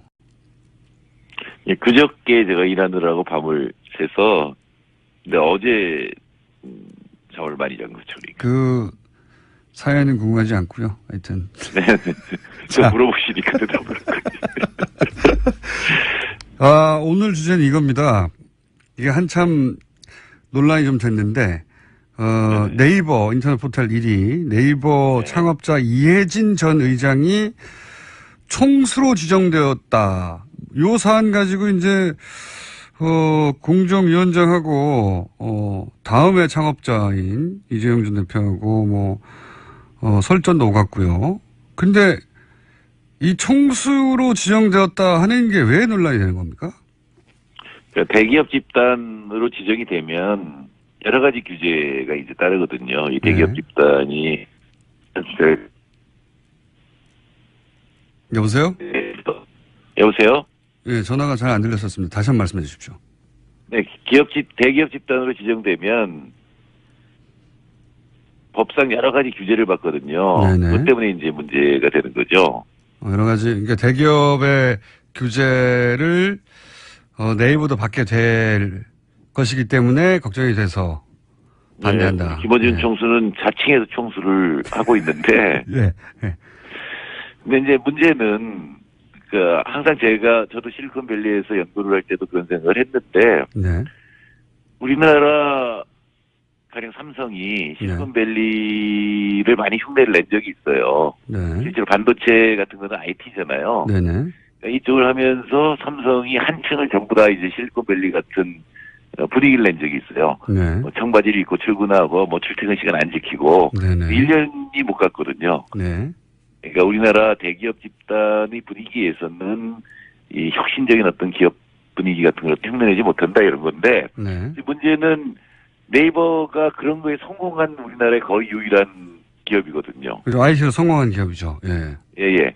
그러니까 조금 전에 제가 실리콘밸리에서 우리나라 재벌이 과연 이런 일을 할 수 있을까라고 생각했던 거하고 이미지가 완전히 반대되는 이미지가 지금 겹쳐버렸잖아요. 네. IT로 성공했는데 거기다가 그런 걸 못하는 집단, 그다음에 여러 가지 규제가 따르니까 당연히 반발을 할 수가 있다라는 생각을 합니다. 반발은 저도 이해갑니다. 예. 예, 그러나 법이라고 하는 거는 네. 일단 이 규정이 있는 거잖아요. 네. 그러니까 전체 어떤 자산이 얼마 이상 이렇게 되면은 대기업 집단을 규정이 되고, 그 다음에는 이제 총수가 문제가 되는 거는 가문이 이제 지배를 하는 건데, 물론 이혜진 총수가 이혜진 GIO가 그런 일을 하는 건 아니지만, 그러나 법상으로 그렇게 되면은 그렇게 규정이 될 수밖에 없는 거죠. 근데 이제 네이버 쪽에서 반발하기로는 자신들이 최대주주가 아니라 국민연금공단이 최대주주 아니냐. 근데 우린 최대주주 아닌데 왜 총수로 지정하느냐 이렇게 반발하거든요. 이건 어떻게 해석해야 됩니까? 어떻게 보십니까? 근데 그거는 저는 반발의 이유가 안 되는데, 그러냐면 우리나라 모든 그 재벌들이 1%밖에 안 갖고 있어요. 그런 차원에서 보자면. 네. 그러니까 실질적으로 지배하느냐 아니냐의 문제로 본 거군요. 그렇죠. 이혜진 GIO는 4.31%니까 네. 삼성 일가가 갖고 있는 것보다 더 많이 갖고 있는 건 사실입니다. 그렇군요. 그러니까 지분이 4.3%고 최대주주는 국민연금이 한 10% 조금 넘으니까 국민연금이 최대주주인데 왜 이혜진 의장을 전 의장을 그것도 총수로 지정했느냐. 근데 공정위에서는 사실상 지배력을 행사하는 단일한 최대주주다 이렇게 본 거군요. 예. 네네. 지분율도 사실 다른 어떤 그 재벌들보다 더 많이 갖고 있는 거고, 그리고 상당한 영향력을 발휘하고 있으면 그렇다면은 이제 대기업 집단 총수로 지정이 돼서 그다음에 여러 가지 법상의 문제를 갖다 들여다봐야 된다는 얘기거든요. 근데 제가 이렇게 들여다보면 사실은 이해진 GIO가 하고 있는 일을 보면은 공정위가 아무리 들여다봐도 문제가 없을 것 같아요. 근데 이제 주장이 외국에서 싫어한다는 거거든요. 그래서 그런 논리도 있죠. 그러니까 뭐냐면은 예. 그쪽 그 네이버 이해진 전 의장 측의 주장은 방금 말씀 나눈 대로 공정위에서는 뭐 지분이나 뭐 임원을 선임하거나 그런 영향력으로 볼 때 사실상 최대 주주다라고 판단한 건데 이해진 전 의장 측에서는 또 어떤 반론을 하냐면 이렇게 총수 대기업처럼 부정적인 이미지가 강한 재벌 총수처럼 지정이 되면 지금 GIO 글로벌 투자 책임자라는 명칭을 가지고 있는데 해외에서 투자 활동하거나 해외에서 활동할 때 이미지 타격을 받는다. 이렇게 말하거든요. 네. 이 대목은 어떻게 보십니까? 아니 그러니까 그게 지금 이해진 총수가 네. 알게 모르게 우리나라 재벌에 대한 평가를 한 거잖아요. 그렇죠. 해외 시장 진출하고 인수합병에 어려움을 겪는다는 거잖아요. 그러니까 네이버가 한국의 삼성이나 현대처럼 외국 사람들한테 비춰지면 네. 외국에서 활동하는 데 지장이 있다는 거잖아요. 그렇죠. 뭐 간단하게 말하면 그런 겁니다. 그러니까 그것 때문에 지금 반대하는 거지 딴 이유가 없다고 지금 얘기를 하는 거니까 네, 우리나라 재벌들이 어떻게 해외에서 이직되는지를 지금 보여주신 것 같아요. 근데 사실 외국 사람들도 알거든요. 삼성하고 현대와 네이버는 다르다는 건 알고 있는 거기 때문에 이 자체로는 뭐 큰 문제는 아닌 것 같고 앞으로 공정거래위가 저는 김상조 위원장의 공정거래위가 일부러 뭐 네이버를 뒤지거나 이러지는 않을 거라고 보거든요. 그래서 지금 네이버가 하는 일이 공정거래위 규정하고 다르고 그게 문제가 된다면 공정거래 법을 조금 바꿔야 되겠죠. 근데 제가 지금까지 보기에는 큰 문제는 없을 것 같거든요. 그러니까 사실 네이버 주장대로라면 그러니까 재벌 기업처럼 이미지가 만들어지면 뭐 투자 활동도 잘 안 되고 이런 이유를 들었는데 그러면 삼성 현대도 해외 투자 활동이 잘 안 돼야 되는데 잘 되거든요. 글쎄요. 그러니까 그게 그래서 아마 현대의 해외 투자 활동에 재벌이라는 게 얼마나 영향을 미치는 모르겠는데 분명히 네이버라고 하는 IT 기업하고 우리나라의 그 재벌이라고 하는 기업 집단과 이미지는 분명히 다르거든요. 제가 처음에 얘기했던 것처럼 실리콘밸리에서 삼성이나 현대가 살 수 있을까지는 못 산다고 보거든요. 또는 삼성이나 현대의 실리콘밸리의 분위기를 도입하지도 못한다고 보는데 하여튼 법하고 그런 어떤 현실적인 어떤 감이 지금 괴리가 된 거라는 느낌은 듭니다. 근데 김상주 위원장이 밝혔지만 실제로 공정거래법을 적용했을 때 네이버의 현실적인 투자 활동이나 이런 데 문제가 된다면 그걸 바꿀 거라고 저는 생각을 하거든요. 그러니까 무슨 악의를 가지고 지금 저희 공정위가 네이버를 갖다가 이제 그러니까 이해진 씨를 괴롭히려고 하는 게 아니다 한마디로. 분명히 그건 뭐 확실한 것 같아요. 공정위가 괴롭히려고 하는 게 아닌데 네이버 입장에서 뭐 여기서 네이버 입장이라는 건 사실 창업자 이해진 전 의장 입장입니다. 이해진 본인이 싫어하는 거죠. 그게 이제 부담스럽기도, 그렇죠. 부담스럽기도 하고 그런 이미지가 본인한테 씌워지는 것도 싫고 뭐 그런 것 같아요. 현재. 네, 그래서 뭐 여러 가지 혁신 기업가들이 다 이제 반발을 했죠. 네, 관련해서 이렇게 뭐 이렇게 여러 가지 이제 한 마디씩 하시는데 저는 우리나라에서 네이버 같은 그런 혁신 기업이 나오고 대기업이 되는 건 좋다고 생각하는데 일단 공정거래위의 기업 집단에 관한 규율은 삼성이나 현대에 대한 규율이거든요. 근데 이게 만일에 괴리가 있다면 그건 고쳐야 된다는 생각을 합니다. 물론 여기서 이제 실제 네이버에 근무하시는 분들이 얘기도 좀 들어봐야 됩니다. 대기업과 기본적으로 그 회사의 운영 방침 혹은 왜냐하면 이해진 전 의장도 삼성 출신이지 않습니까? 네, 삼성에서 본인이 교육받고 배운 대로의 어떤 운영 노하우로 회사를 운영했을 것 같다라는 생각이 들어서 과연 다르긴 한가 하는 얘기는 또 다른 문제긴 한데 여하간 IT 기업의 특성이 있다. 기존 제조 대기업과 똑같이 취급하면 안 된다. 이런 반발이 현재 있는 겁니다. 있는 건데 공정위는 그렇다고 해서 법이 있는데 예외로 당신들만 받을 수는 없다. 이렇게 나오는 거고요. 예.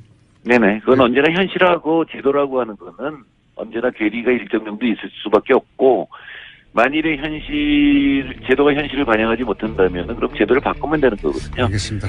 예, 갈등이 이렇게 있습니다. 감사합니다. 네. 정태인 소장님이었습니다. 내일 뵙겠습니다. 안녕. 유죄 관련 증거뿐만 아니라 형량에 영향을 미치는 증거도 수집을 해야 되거든요. 그러니까 뭐 범죄 후에 뭐 예를 들어서 어떤 뭐 나쁜 그 행위를 했다든가 하면 형량이 더 올라갈 수 있거든요. 그게 또 그 양형에 고려해야 된다는 요소라고 형법에 규정도 하고 있고요. 그러니까 그거는 어떻게 보면 정말 개념을 인정해서 기본적인 증거라고 할 수도 없는 거예요. 근데 그런 것도 다 검사가 수집을 해야죠. 그리고 이제 피의자 입장에서 보면은 자기가 형량을 높게 받을 수 있는 그런 증거들은 인멸하려고 하는 게 당연한 유혹이고요. 그러니까요. 기본적인 증거가 나왔으면 저는 오히려 구속영장을 내줘야 될 것 같다는 상식선에서의 생각도 하고, 네. 기본적인 증거가 거꾸로 해석하면 기본적인 증거가 나왔으면 그러면 구속하지 않아도 되는, 구속시키지 말아야 되는 이유가 된다는 건데 납득이 안 갑니다. 한마디로. 여하간 그렇습니다. 예. 이런 오히려 증거를 인멸해서 증거가 없으면 이제 구속하면 안 되는 거고. 그렇죠. 기본 증거조차 없애버렸으면 이제 그럼 구속 사유가 아예 사라지는 거고. 예. 여러 가지 논리적인 모순이 생기는데, 근데 이제 어제 이런 얘기 하시다가 마지막 부분에 영장 전담판사 3인 중에 2사람이 동기다. 그 의미를 얘기하시려고 하다가 시간이 부족해서 다시 연결한 건데요. 그게 왜 중요한 대목이죠? 그러니까 뭐 중요하다기보다는 여러 가지 좀 의혹을 불러일으키는 요소 중에 하나인데요. 네.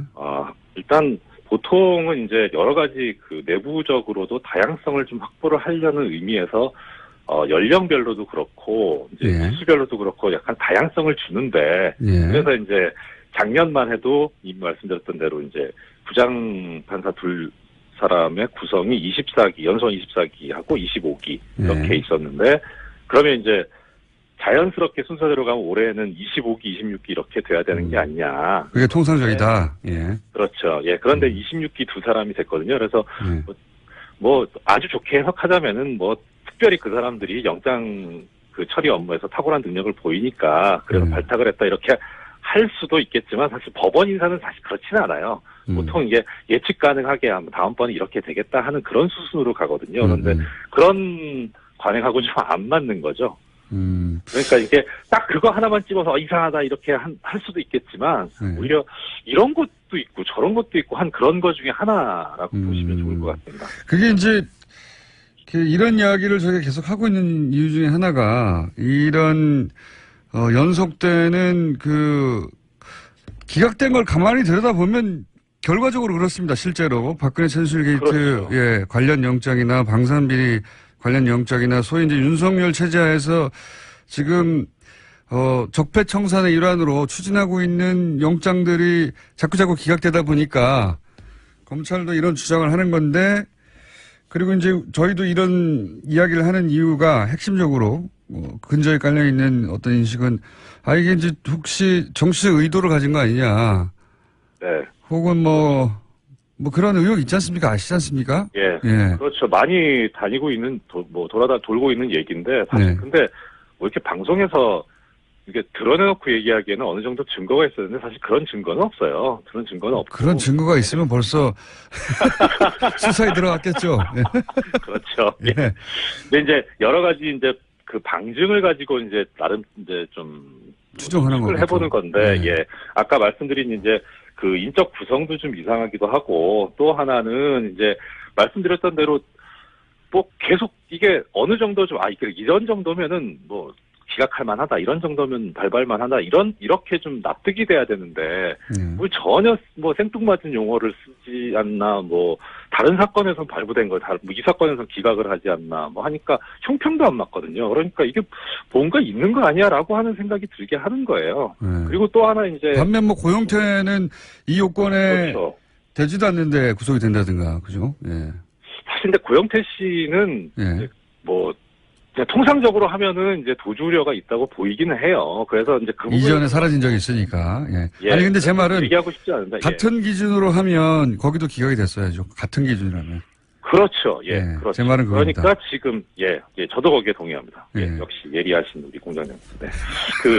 그리고 또 하나는 이제 뭐냐면 참 이게 아까 지적도 해주셨지만 양승태 씨가 지금 이제 마지막 인사잖아요. 임기도 한 달도 안 남았는데. 예. 그러니까 이제 마지막 인사인데 그 당시 인사 할 때가 올 2월이었었거든요. 2월 말.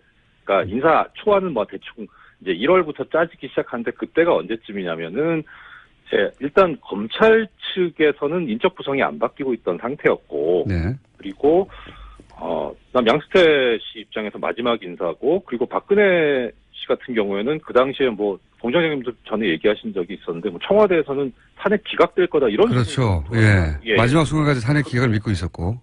그렇죠. 그러니까 그러면 그 당시 상황을 이제 지금 돌아가서 보면은 그쪽 입장에서는 이제 마지막 진짜 그야말로 한 방을 해야 되는 그런 상황이었던 거죠.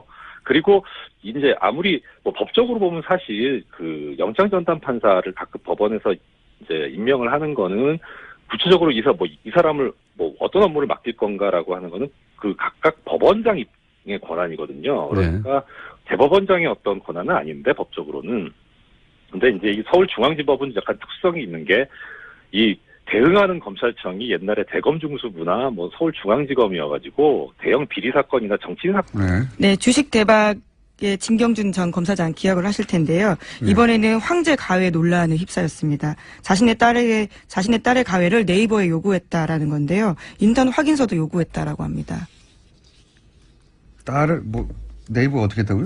예, 그러니까요. 네이버 법무실에다가 이메일을 보내는데요. 자신의 딸이 논문을 써야 하니까 아이를 붙잡고 수업처럼 설명해주면 좋겠다라고 이야기했다는 건데요. 검사장이 사기업 법무실에다가 전화해서 우리 딸 좀 거기 가회시켜달라고 한 거죠. 가회를 시켜. 예, 전화는 아니고 이메일을 보냈다고 하는데요.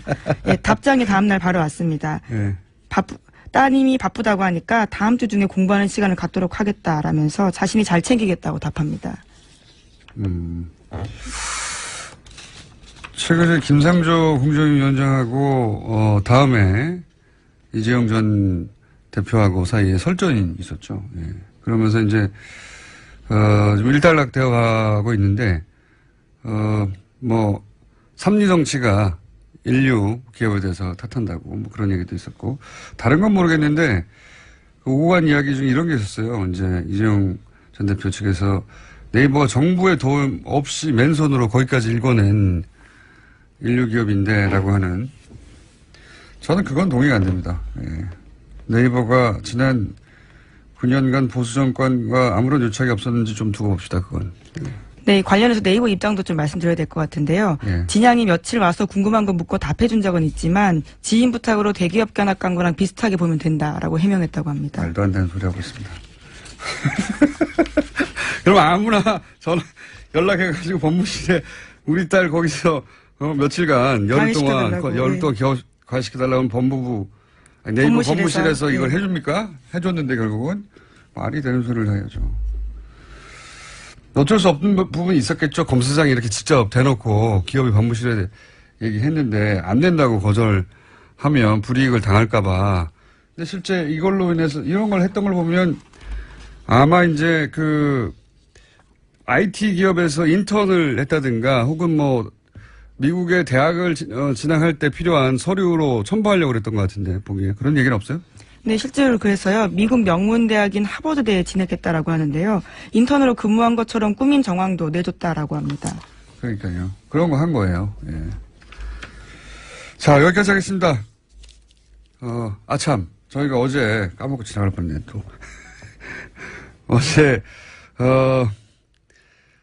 영장판사 3인과 그리고, 검찰에, 한바탕, 설전이 있었죠. 3인이 직접 했다기보다는 이제 법원에서 대신 성명을 냈는데, 양승태 대법원장의 사실상 마지막 인사라고 불리는 이제 서울의 영장판사, 전담판사 3분, 3인이 윤석열 혹은 특검 체제 하에서 박근혜 최순실 게이트 관련 영장이나 방산비리 관련 영장이 계속 기각되고, 그래서 이제 충돌이 있었습니다. 이 사안 관련해서 저희 해설 담당 판사 이정열 판사하고 어제 사부에서 얘기 나누다 시간이 부족해서 끊어졌는데, 어제까지 나눈 이야기의 요약부터 하고 그리고 나머지 두 분의 영장 판사의 기수가 같다. 이상하다. 여기까지 하고 끊어졌거든요.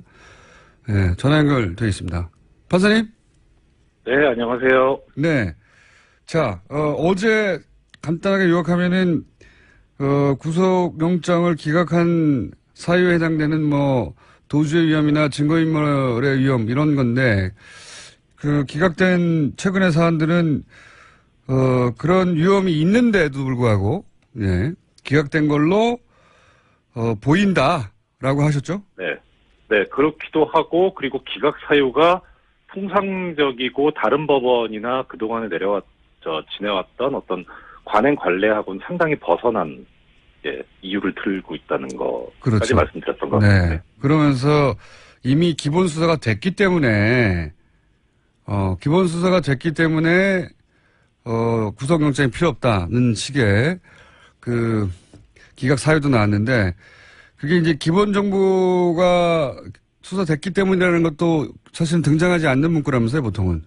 예, 기본적 증거라고 기본적 증거 있는데, 그 기본적 증거라고 하는 개념이 이제 어떤 법학적이나 법조계에서 정립된 용어도 아니고 개념도 아니고, 그리고 그래서 개념이 명확하지 않으니까 도대체 어느 정도 됐길래 그렇게 했다는 건지 그러니까 잘 쓰지 않는 특이한 튀는 용어를 썼다는 거죠. 그렇군요. 기본적 증거요. 네. 네. 저는 이제 법은 모르는데 그러면 기본 증거로만 취합하면은 수사를 더 이상 안 해도 되는 건 아니잖아요. 그렇죠. 당연하죠. 그러니까 네. 기본 증거라고 하는 게 어떻게 보면은 이제 법원, 판사의 관념일 수 있고, 사실 이제 유죄 증명을 해야 되는 검사 입장에서 보면은 이게 기본 증거일 수도 있고, 아닐 수도 있고, 그야말로 그 개념을 인정한다고 할 때, 그리고 가능한 모든 증거를 수집해야죠. 어떤 데서 어떻게 이제. 그러니까요. 구멍이 생길지 모르니까, 일단 증거는 명확하게 다 수집을 해놓고 봐야 되는 게 검사의 입장이거든요. 거꾸로, 예를 들어서, 물론 말씀하신 대로 어디까지가 기본이냐 하는 정의도 안 돼 있지만, 네. 거꾸로, 기본적인 범죄의 증거가 나왔어? 그러면 확실하구만. 더 수사해야지. 이렇게 나가야 되는 게 맞는 것 같은데. 그렇죠. 예, 이게 상식적인. 그렇기도 하고, 예. 그렇기도 하고 더 나아가서 어제도 말씀드렸지만 기본적인 증거라고 하는 게 유죄 관련 증거인데 굳이 해석을 하자면. 안녕하세요, 김호준입니다. 최저 임금 인상을 통한 내수 진작, 사회 안전망 확충, 성격차 해소, 여성 참여 증진, 포용적 성장. 진보학자나 노조가 아니라 방한한 라가르드 IMF 총재가 어제 기자회견에서 쏟아낸 말들입니다. 부자가 된 선진국들이 자기들 이익을 위해서 잘 살아보겠다고 바둥거리는 개도국을 상대로 신자유주의를 밀어붙이고 다국적 기업의 이익을 대변해서 세계무역기구 세계은행과 더불어 소위 사악한 삼총사 중 하나로 불리는 게 바로 IMF죠. 그런 IMF가 이제는 소득주도 성장을 이야기합니다. 부자들의 모임이라고 불리는 다보스 포럼에서도 소득 불평등이 중심 화두가 된 게 벌써 몇 년 전입니다. 우리나라는 전 세계에서 가장 소득이 불평등하게 분배된 나라 톱5에 들어가죠. 사악하다고까지 표현했던 선진국과 다국적 기업과 세계적 부자들의 욕망조차 이대로는 안 된다고 각성하고 있는 사이에 우리는 4대강을 파고 대출로 부동산을 사라고 부추기며 낙수효과만 외치고 있었습니다. 어제 헌정사장 초유의 헌재소장 인준한 부교를 보고 끌어안고 환호하는 정치를 지켜보자면 그런 생각을 하게 됩니다. 우리는 몇 년을 뒤처져 있는 것인가? 이 역사 지체를 해소하는데 얼마나 걸릴 것인가? 갈 길이 멀다. 김원준 생각이었습니다.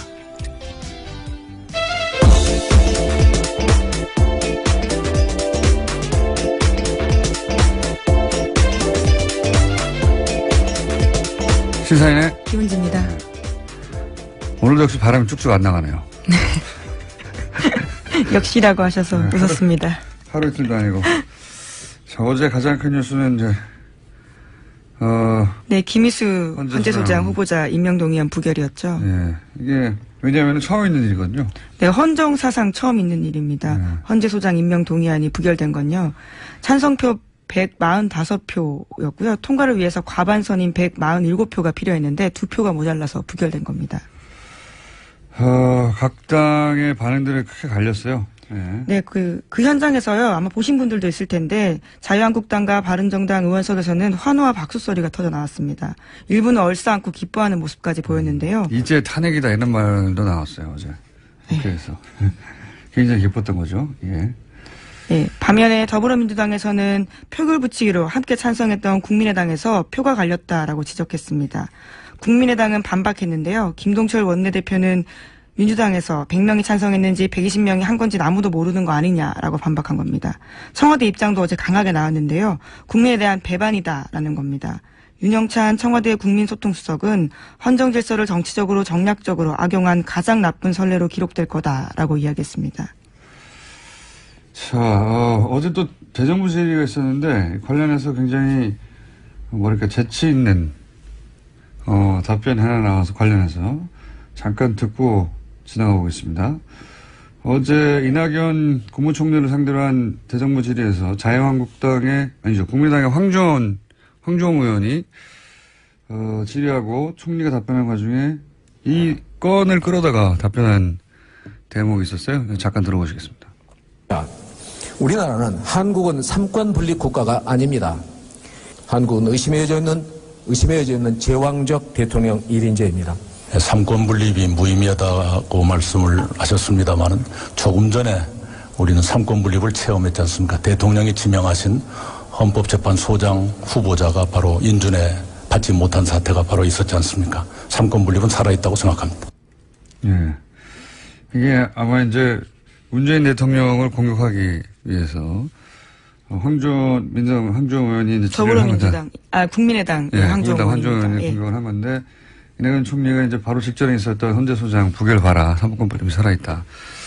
어제 이낙연 총리의 답변 중에 재밌는 게 많이 있습니다. 예.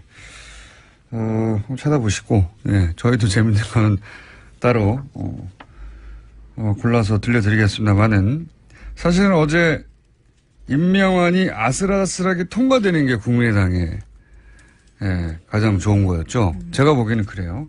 어차피 한국당과 바른정당은 당론으로 반대를 정하고 있었고, 예, 그리고 민주당과 정의당은 통과를 주장하고 있었고, 국민의당 같은 경우에는 이 채택을 했거든요. 보고서를 벌써 오래전에 참여해가지고. 네, 이미 청문회가 한참 전에 있었기 때문에요. 그러니까요. 청문보고서 채택도 이전에 있었습니다. 이게 이제 아슬아슬하게 임명안이 통과되는 게 국민의당이 가장, 캐스팅보는 국민의당이 지고 있었는데, 좋다고 한 이유는 뭐냐면, 그래야 여당이, 역시 국민의당을 붙잡지 않으면 안 되는구나. 이렇게 매달릴 것이고, 국민의당의 이제 대협상력도 더 강화될 것이고, 아슬아슬하게 통과돼야 가장 좋은 거죠, 제가 보기엔. 근데 이제 부결이 돼버리면, 이게 정무적 관점에서 보면 아주 당혹스러운 거죠. 책임론이 당장 불거지기 때문에. 왜냐하면 지난주부터 호남 홀대론을 국민의당에서 내세웠는데 이번에 최초의 호남 출신 헌재 소장이 후보로 나왔지 않습니까? 심지어는 이분이 박지원 전 대표가 헌법재판관 추천한 사람이에요. 그래서 어제 유구무원이라는 반응을 보였습니다. 그러니까 본인이 추천한 사람인데 이 당에서 버린 거죠. 예. 호남 홀대론을 주장하는 당에서. 더더욱 나쁜 거는 거기까지는 그렇다고 쳐도 더더욱 나빴던 거는 안철수 대표가 우리가 국회 결정권을 가진 거다. 라면서 이제 그 결과를 자랑스러워 해버렸잖아요. 예, 부결된 다음에 한 이야기인데 국민의당이 20대 국회에서 결정권 갖고 있는 정당이라고 이야기했습니다. 이거는 일종의 정치적 자해거든요. 왜냐하면 지금 호남을 베이스로 하는 국민의당으로서는 당황스러워해야 한다. 박지원 전 대표가 바로 추천한 사람이다. 게다가 호남 홀대론 얘기하고 있었다. 근데 호남 출신의 헌장수장이다. 최초에. 근데 국민의당이 부결시켰어요. 이러면은 당황스러워야 한단 말이죠. 예. 당황스러워해야 하는데 이제 이걸 자랑해버린 거죠. 이거는 제가 보기에는 물론 국민의당의 공식 입장은 자신들이 부결시킨 건 아니다라고 하고 있는데. 무기명이니까요. 예. 누가 부결시킵니까 여기서. 찬성과 부결할 정당은 이미 정해져 있었고 국민의당만 의원 자율투표를 했습니다. 의원 자율투표를 했으니까요. 네. 이건 제가 보기에는 매우 안 좋은 결과인데 이걸 좋아해버린 자체가 기본적으로 정무적 판단을 못했다는 것이고 그건 결국 제가 보기엔 큰 정치적 자해라고 봅니다. 보수 야당들도 제가 보기엔 박수치고 좋아할 일이 아닌 것이 여의도에서 자기들끼리만 얘기하면 사실 뭐 여야 할 것 없이 정치인들의 저정적인 한계이긴 한데 자기들끼리는 좋아한 거 이겼다고. 근데 제가 보기엔 이건 문재인 지지자들을 좌절시키는 게 아니라 결속시킬 사안이에요. 열받게 하는 사건이거든요. 부결시킬 만큼 결정적 사유들이 나오지 않은 상태에서 이렇게 된 게 처음이기 때문에 다들 청문 당혹스러워하고 보고서가 있습니다. 채택됐어요. 청문 보고서 채택됐는데 그리고 무슨 흠결이 발견돼서 뭐 논쟁이 벌어진 것도 아니잖아요. 그냥 부결된 거예요. 그냥 아무 이유 없이 사실은. 보수 야당에서야 오히려 이유가 있어요. 진보적이다 뭐 등등. 자, 대단한 제가 보기에는 자살골이라고 보는데. 자, 여기까지 하고요. 나머지 뉴스 진행해 보죠. 예, 유엔 안전보장 이사회 관련된 소식도 계속 전해드리고 있습니다. 오늘 그러니까 현지 시각으로는 11일 오후 6시고요. 한국 시간으로는 지금 7시입니다. 북한 6차 핵실험에 대한 대북 제재 결의안 표결에 붙이게 되는데요. 기존안보다 완화된 내용이 나왔습니다. 미국 쪽에서 최종안을 냈는데 중국, 러시아 등 유엔 회원국들의 대북 원유 수주를 현 수준으로 제한하기로 했습니다. 원래라면 미국은 대북 원유 공급 전면 중단을 요구한 바가 있습니다. 또 김정은 북한 노동당 위원장 제재 대상에서 제외했고요. 고려항공도 제재 대상에서 지정하지 않았습니다. 북한의 의심 선박에 대한 공해상에서의 차단과 검색도 요청한다라고 밝혀서 유엔 회원국들의 이행을 의무화하지 않았습니다. 이건 이제 중국, 러시아하고 이렇게 합의가 된 거죠. 네. 미국이 주도해서 제출하는 결의안인데 부결돼 봐요. 쪽팔리잖아요. 네, 그래서 애초에 주장하는 것보다 확 떨어졌습니다. 네, 그래서 이제는 이제 요 정도면 중국하고 러시아가 오케이 손들어 줄게 뭐 이렇게 합의가 된 사안인 거죠. 네, 곧 결과가 나옵니다. 그래서 뭐 대북 원유 수출을 전면 중단 한참 언론 플레이했는데 지금과 같은 수준으로 그리고 김정은을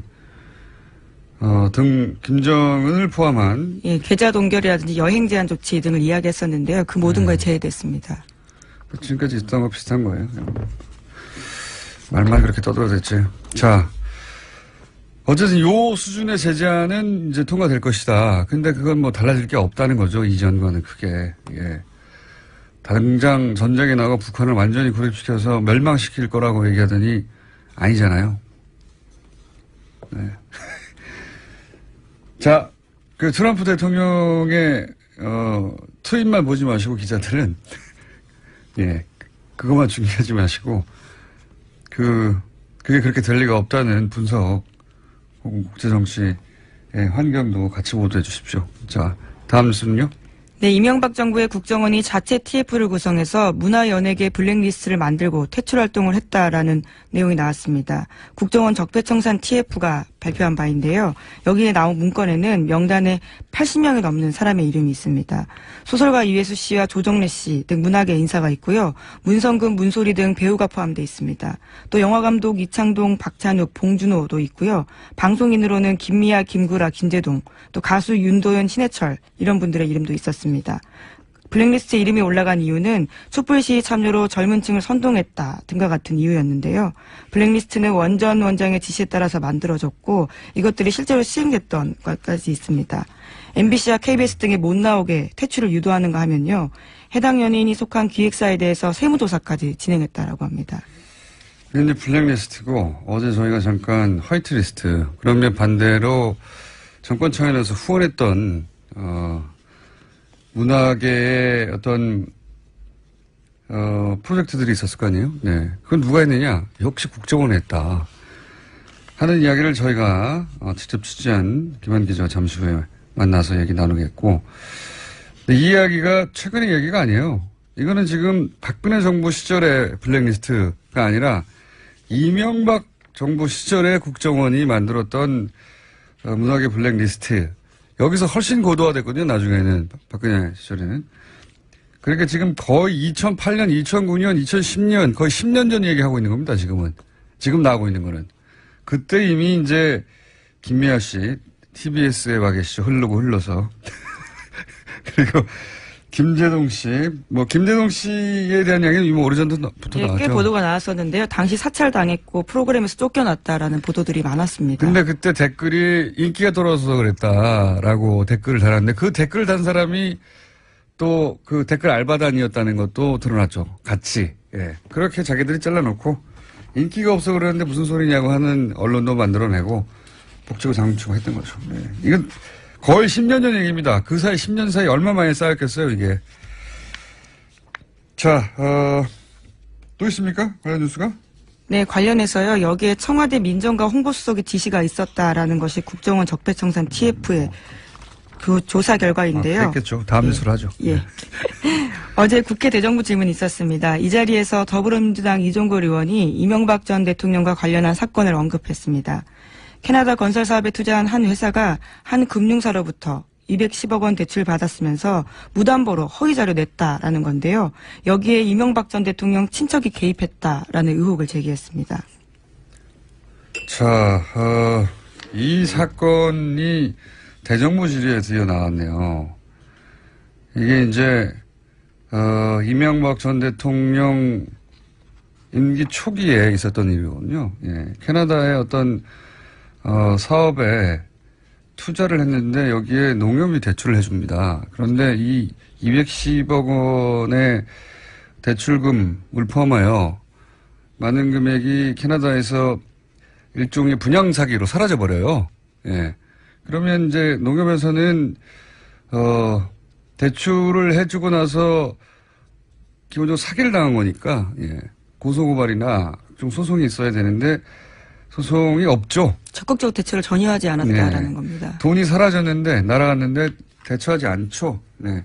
그런데 여기에 이명박 전 대통령 친인척이 연루된 게 아니냐라고 하는 사건이 있습니다. 네.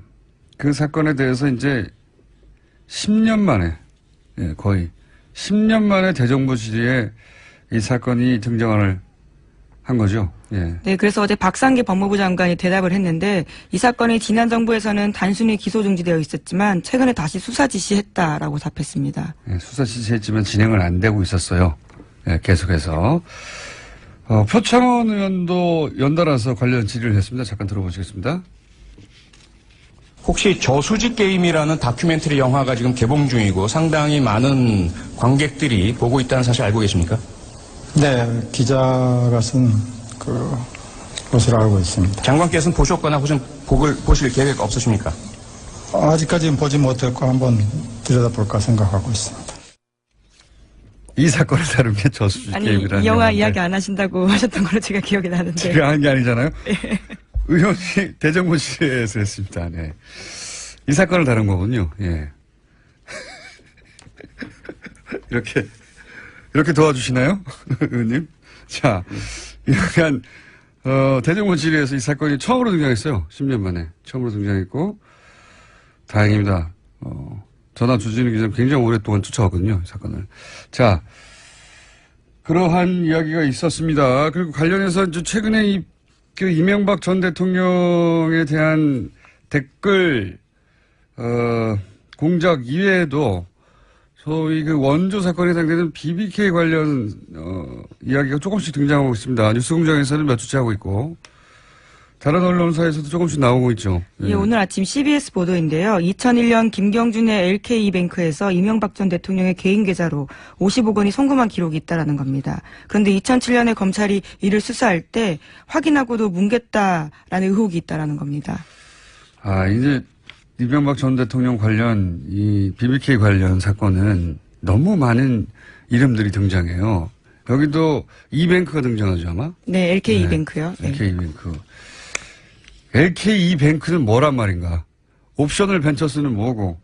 이 회사 이름이 여러 가지 등장하거든요. 그러다 보니까 그리고 돈이 왔다 갔다 합니다.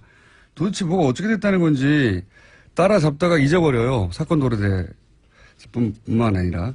지금 오늘 이제 오전에 등장한 노컷발 이 뉴스의 핵심은 뭐냐면 간단하게 말하면 BBK 실소유주가 이명박 전 대통령인 것을 입증할 만한 송금 자료가 있었는데 그걸 검찰이 의도적으로 누락시켜서 선거 대선 직전에 모른 척한 거 아니냐. 그게 나왔다면 BBK가 이명박 전 대통령이 실소유주라는 게 사실상 입증되는 거였는데 라고 하는 뉴스가 10년 만에 나온 겁니다. 또. 네. 해설만 붙이자면 복잡하게 이해하실 필요는 없고요. 예. 검찰이 숨긴 거 아니냐. 실제로는 이명박 전 대통령이 BBK 실소유주 아니냐. 예, 그런 알고도 자료가 모른 척했다라는 의혹이 그런 있는 거죠. 입금 자료가 있다는 거죠. 50억에 해당되는. 그런 뉴스입니다. 관련 뉴스가 조금 더 나올 것 같은데 뉴스를 읽어도 무슨 말인지 모르실 땐 뉴스 공장을 들으십시오. 저희가 해설해 드릴 테니까. 아마도 텍스트를 한참 읽어도 이게 어떻게 있다는 것이 잘 헷갈릴 텐데 이 뉴스를 해설해 드리면 그런 얘기입니다. 주인이 이 사람이잖아. 입금된 걸 보니까 라고 하는 자료가 이미 10년 전에 있었는데 검찰이 못 본 척했다는 겁니다. 예. 그걸 10년 만에 다시 밝혀서 이제 끄집어낸 거고요.